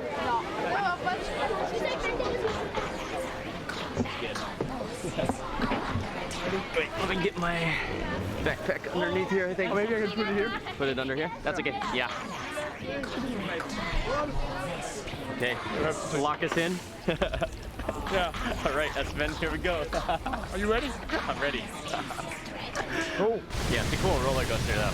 We're doing it for the historical value. Yeah, only question that. Started raining. Nice. Oh, you have there's some nice views of Copenhagen from here though too. You can see there's the railroad station, I think, on that side. Cool. Here we go, underneath the mountain.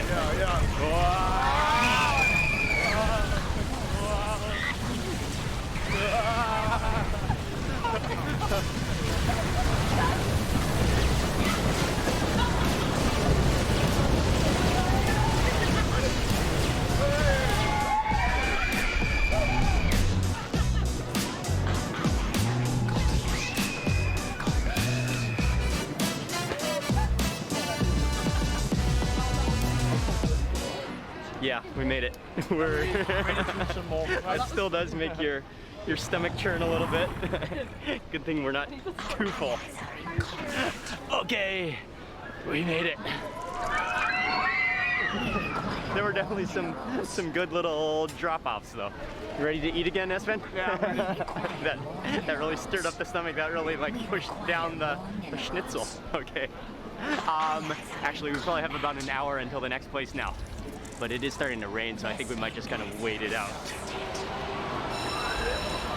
We have exited Tivoli Gardens. That was quite cool. Even if you don't go on any rides, it's quite cool just to walk around because it's such a historical amusement park and it has so much character, and there's restaurants and there's plenty of things to do and just walk around like a big park. But the rides are pretty cool too. From here we are walking towards, it's actually not that far away, to the next restaurant, which is a classic restaurant. Thank you so much. Nice to meet you. We're going to, it's another legendary Danish restaurant right in the heart of Copenhagen.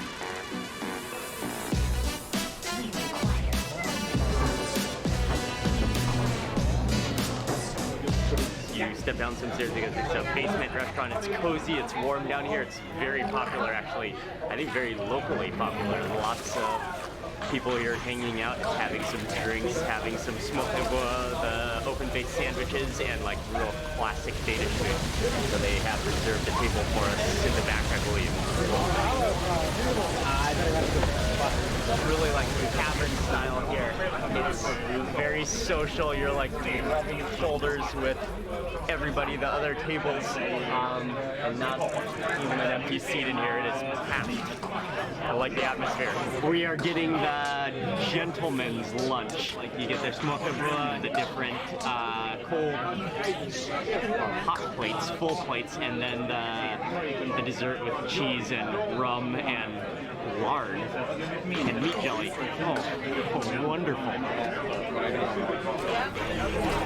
Oh, nice. Thank you. Here, gentleman's lunch. Here it comes. Yeah, that's wonderful. And then also on the table they brought us some snaps in these ornate bottles, which they'll probably pour for us. Do you think they will make that? Yeah, there's one with dill. Ah, wow, dill snaps. Oh, that's awesome.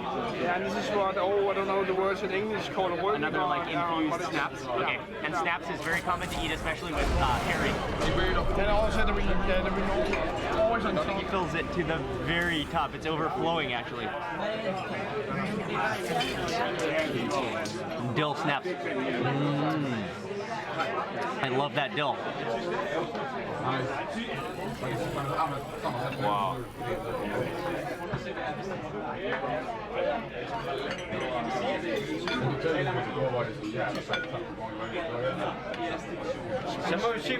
It keeps coming. Yes. We'll just move. Work out here? Yes. Wow. Beautiful. The liver paste. Nice. So, the Danish herring fried with mustard and herbs and onions. We got the Vandevik herring with a lot of herbs, a little bit of sweetness, smoked salmon with fennel and cream cheese. Local place with our famous remoulade sauce. We have the puff pastry, chicken, green asparagus, boulevard, stirred tartar with raw egg yolks and the liver paste with the beef. After riding on the roller coaster, I think we have earned the Danish gentleman's lunch spread. And oh man, it's so beautiful. It's so nicely laid out on the plates, the display. Typically, as Ben told me, you typically begin with the herring. So we're gonna decide that's fried herring over some like a onion puree. Lard? On top. The traditional way to eat the open-faced salmon blood is to take one of the pieces of rye bread, and then you can either put butter, but the real way is to put lard. So put a layer of lard on there, and then you start with the herring, some of the onions, put that herring on top. You want to get some of that rye bread, you want to get some of those onions on the bottom there. The lard is in there as well. Nice. I want that piece of dill.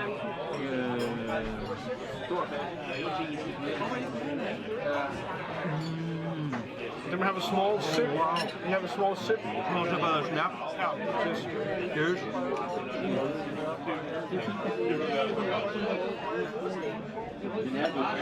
Oh, that herring is amazing. I think so far I only had the pickled herring. Yeah. But that's like, that one is fresh and fried, right? Yeah. It is so good. It's like buttery in texture. Really creamy. Really like rich and slightly oily, really flavorful, really crispy. So you can pickle. Oh, this is pickled herring, but you can just see it's like a cinnamon roll of herring with all sorts of herbs full of dill. And you just kind of put this on the rye bread as well? Yeah. Just kind of spread this out onto the, you spread it out a little bit? A little bit more sweet, I would say. Oh yeah. So the pickled herring is a little bit sweet, but that is common. Sweet and sour. This one is quite sweet. So next up for the smoked salmon, this is another classic Danish delicacy, smoked salmon. Put that over rye bread again with smoked, there's a dab of smoked cheese made with some cream on there, some onions. It's fennel. Oh, it's fennel. Nice. Okay, I love the fennel too. So many different uses of fennel as well. Even in the snaps, the dill snaps, I know there's fennel in there too. But the salmon is just a bouquet of smoked salmon on there. Oh man, it looks, and you can actually smell the smokiness from the table. Oh wow. That's good. That's really good. That salmon is so buttery, smoky. With that, like, it tastes like a whipped cream cheese that's smoky as well. Now we've tried a lot of different types of remoulade. Yeah, true. And that one is like, wow, that's thick and chunky, and all of those are different types of pickles. So it's going to be like vinegary, but very creamy, lots of mayonnaise, a little bit of lemon. Yes.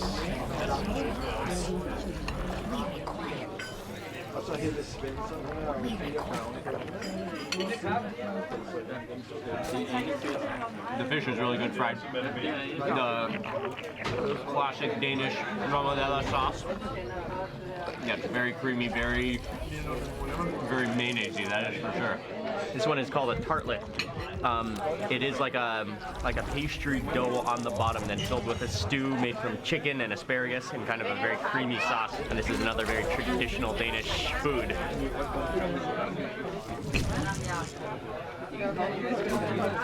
Yeah, that's pretty good. That chicken just like melts in your mouth. It's such a creamy sauce. And the very thin, like flaky pastry dough on the bottom. What's next? Tartar. Tartar? Okay.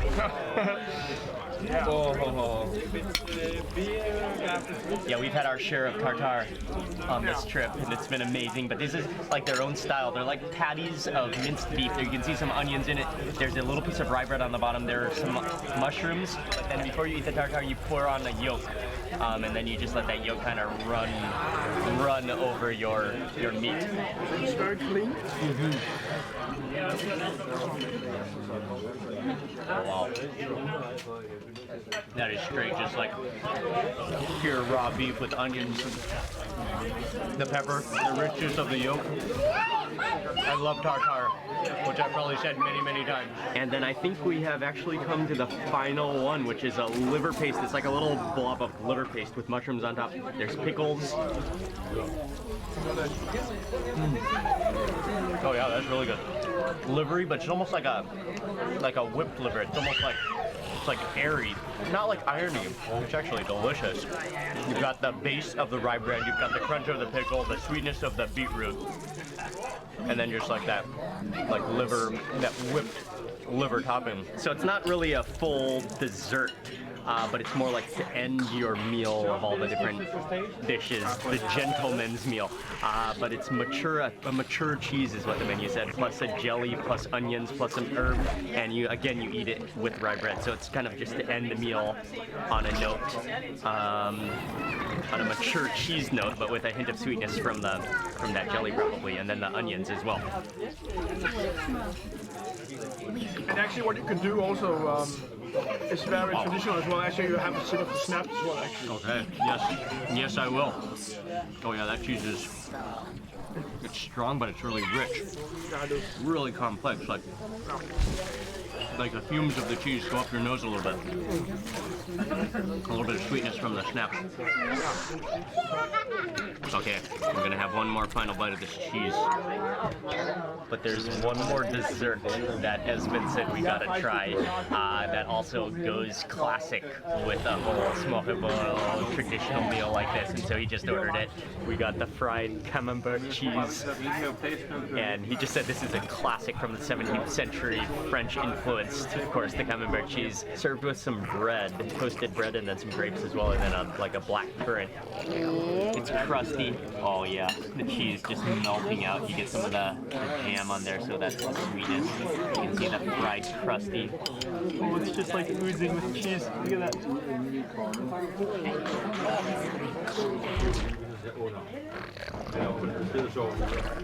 Wow.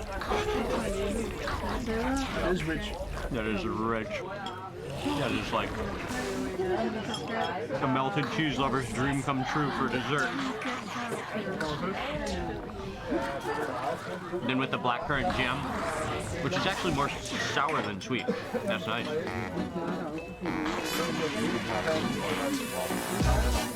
And that completes. This is a legendary restaurant. That was a legendary meal. I love traditional food in any country that I visit, and that was the real deal. And looking back, probably my favorite thing of the entire meal was the fried herring, for sure. Okay, we've got one more place to go on this traditional Danish food tour of Copenhagen. Okay, so for dinner tonight, it's a bit of a higher end, but a very classic, another legendary restaurant. It's called Resto Schoten. It's called Resto Schoten. And again, they specialize in very traditional Danish food, but taken to another level. And this is a really nice, like really cozy, again, really elegant restaurant. Small little hors d'oeuvres to begin with. Under attack. Wow. There's some tender, creamy pork. That's been ordered a couple of appetizers before the main dishes. So this one is a monkfish tartare. Oh, that looks beautiful. Under attack. Wow. That is refreshing. Like minced monkfish. That's rich. That is pure. And then next up, this is a halibut, and there's some bacon in there. There's some horseradish and a mussel sauce. It's so delicate and so rich and so good. Wow. Wow, that halibut melts in your mouth. And that's such a, like, creamy, rich, seafoody mussel, like, cream sauce. So the main courses have arrived. We got one, which is the halibut, which looks like that's a very thick, rich sauce with a vegetable, some vegetables underneath, and the other almost looks like a slice of cake with a frosting, but that's a different type of fish, layered up with that's the mussel sauce, and then some vegetables on top as well. Wow. That is very good. Very rich indeed. That fish, the mix of vegetables and mushrooms in there. Okay, and then the final dish that we got is another fish on top, and then there's very thin layers of potato.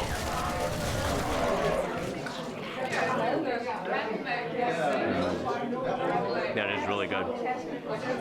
That fish is so buttery and so soft, and then I love the layers of potatoes. You can taste that mussel sauce. It's seafoody. It's really good. That was also like a progression up today because we started with the sandwich, then we went to like a very traditional, then this is also traditional but like modernized a bit, right? Yeah. And like kind of gourmet ingredients with a little bit of French influence, but that was really good. And since we are in this area, It's actually here. well, it's right here. Yeah. Okay, we're just gonna stop by. This is a classic. So like a bodega kind of style where people go for drinks and beers and. Cool. Yeah. So to end this food tour, we're just gonna have a quick drink here, just to add the atmosphere for the place and the location, and very cool place. But I think we're probably not gonna film on the inside, so I'm just gonna end the video here for the night. Yeah. Yeah. It's been a pleasure. Yes, to you show too. you around Thank you, Copenhagen Esben. area. Thank you very much, Esben. Yeah. Nice It's been awesome, a lot of fun. Also, big thank you to Visit Copenhagen, wonderful Copenhagen, for arranging everything, for setting everything up. And if you haven't seen all of the videos in this Denmark Copenhagen food travel video series, be sure to check them all out. I'll have the link in the description box below. And I want to say a big thank you for watching this video. Please remember to give it a thumbs up, and I'll see you on the next video. Metamorphosis complete. Our allies' base is threatened.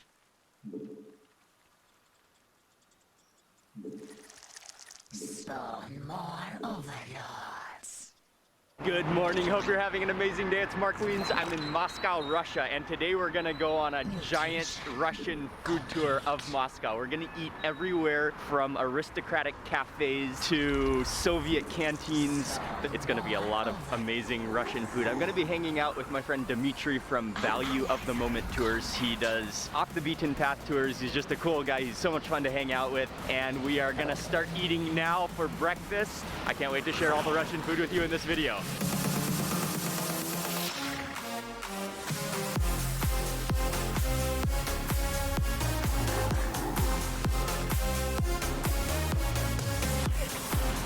Okay, Dimitri. Hi, hi. Hi Mark, Awesome. how are you? Yes. Welcome to Moscow. Thank you so much. Thank you so much. And we are going to our first place. So Dr. Zhivago is the restaurant close to the Red Square, and the place where we'll try some traditional Russian food. The restaurant is actually located in a very historic hotel, right?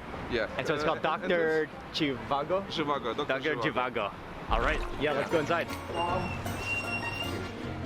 Take it up. Okay, sliding on in. Okay, so we have stepped into Dr. Zhivago. The setting is amazing. It's like bright and white, but with really, really red to contrast. What's amazing about this place is it does have a view of the Red Square right outside the window, right across the street. And the alcoholics, they used to drink vodka from these glasses. What is the juice again? This is Sibaktorn. Oh, Sibaktorn. Okay, it has a little bit of a slightly fermented smell to it.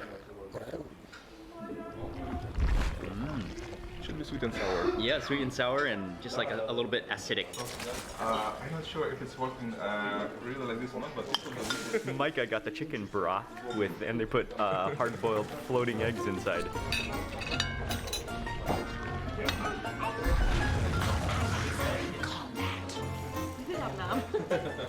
We got some dishes to share. A buckwheat porridge, which is almost like a thick porridge. Yeah. You can see the grains. There's mushrooms in there, maybe some dill, I think. And we also got eggs, poached eggs, and they put it over a piece of bread. Yeah, bread and the cheese on top and the caviar. Caviar, the red caviar. And then finally, what is this one, Dimitri? This is definitely with cherries.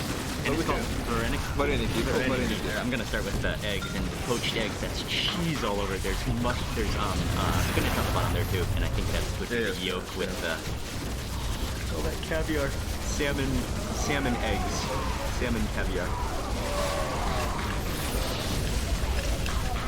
It's like a trough of eggs and spinach and caviar.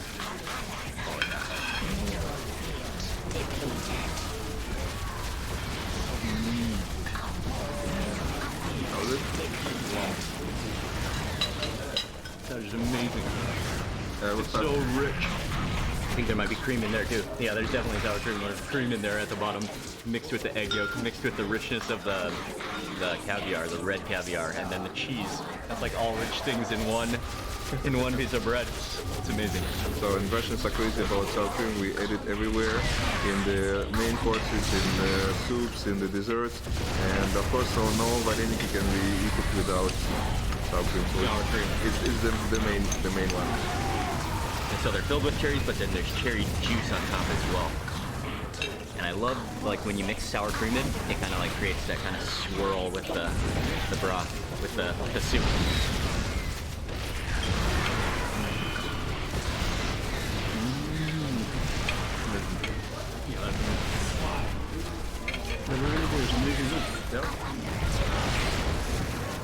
What I like about it is it doesn't taste sweet at all. They're just sour. And then what's amazing about that is the actual wrapper of the vareniki is very thin. They don't feel heavy, they don't feel like gummy. It's like amazing texture on the wrapper. I'm gonna add a little more of that cherry sauce. Nice. Oh yeah. Bloody. It does. Bloody sauce. What a beautiful sauce. Wow. Then the final dish is the buckwheat porridge, and again, it's more like cooked kind of like rice would be cooked. So it's not like a runny porridge. You can see the whole grains of buckwheat. There's herbs in there, the dill, and then mushrooms.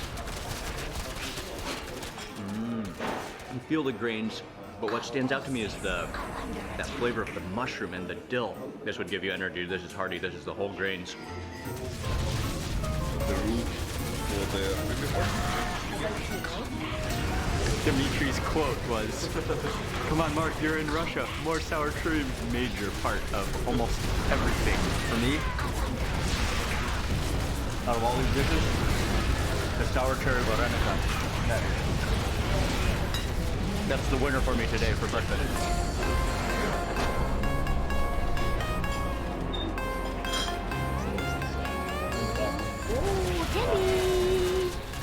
Candy, okay, candy.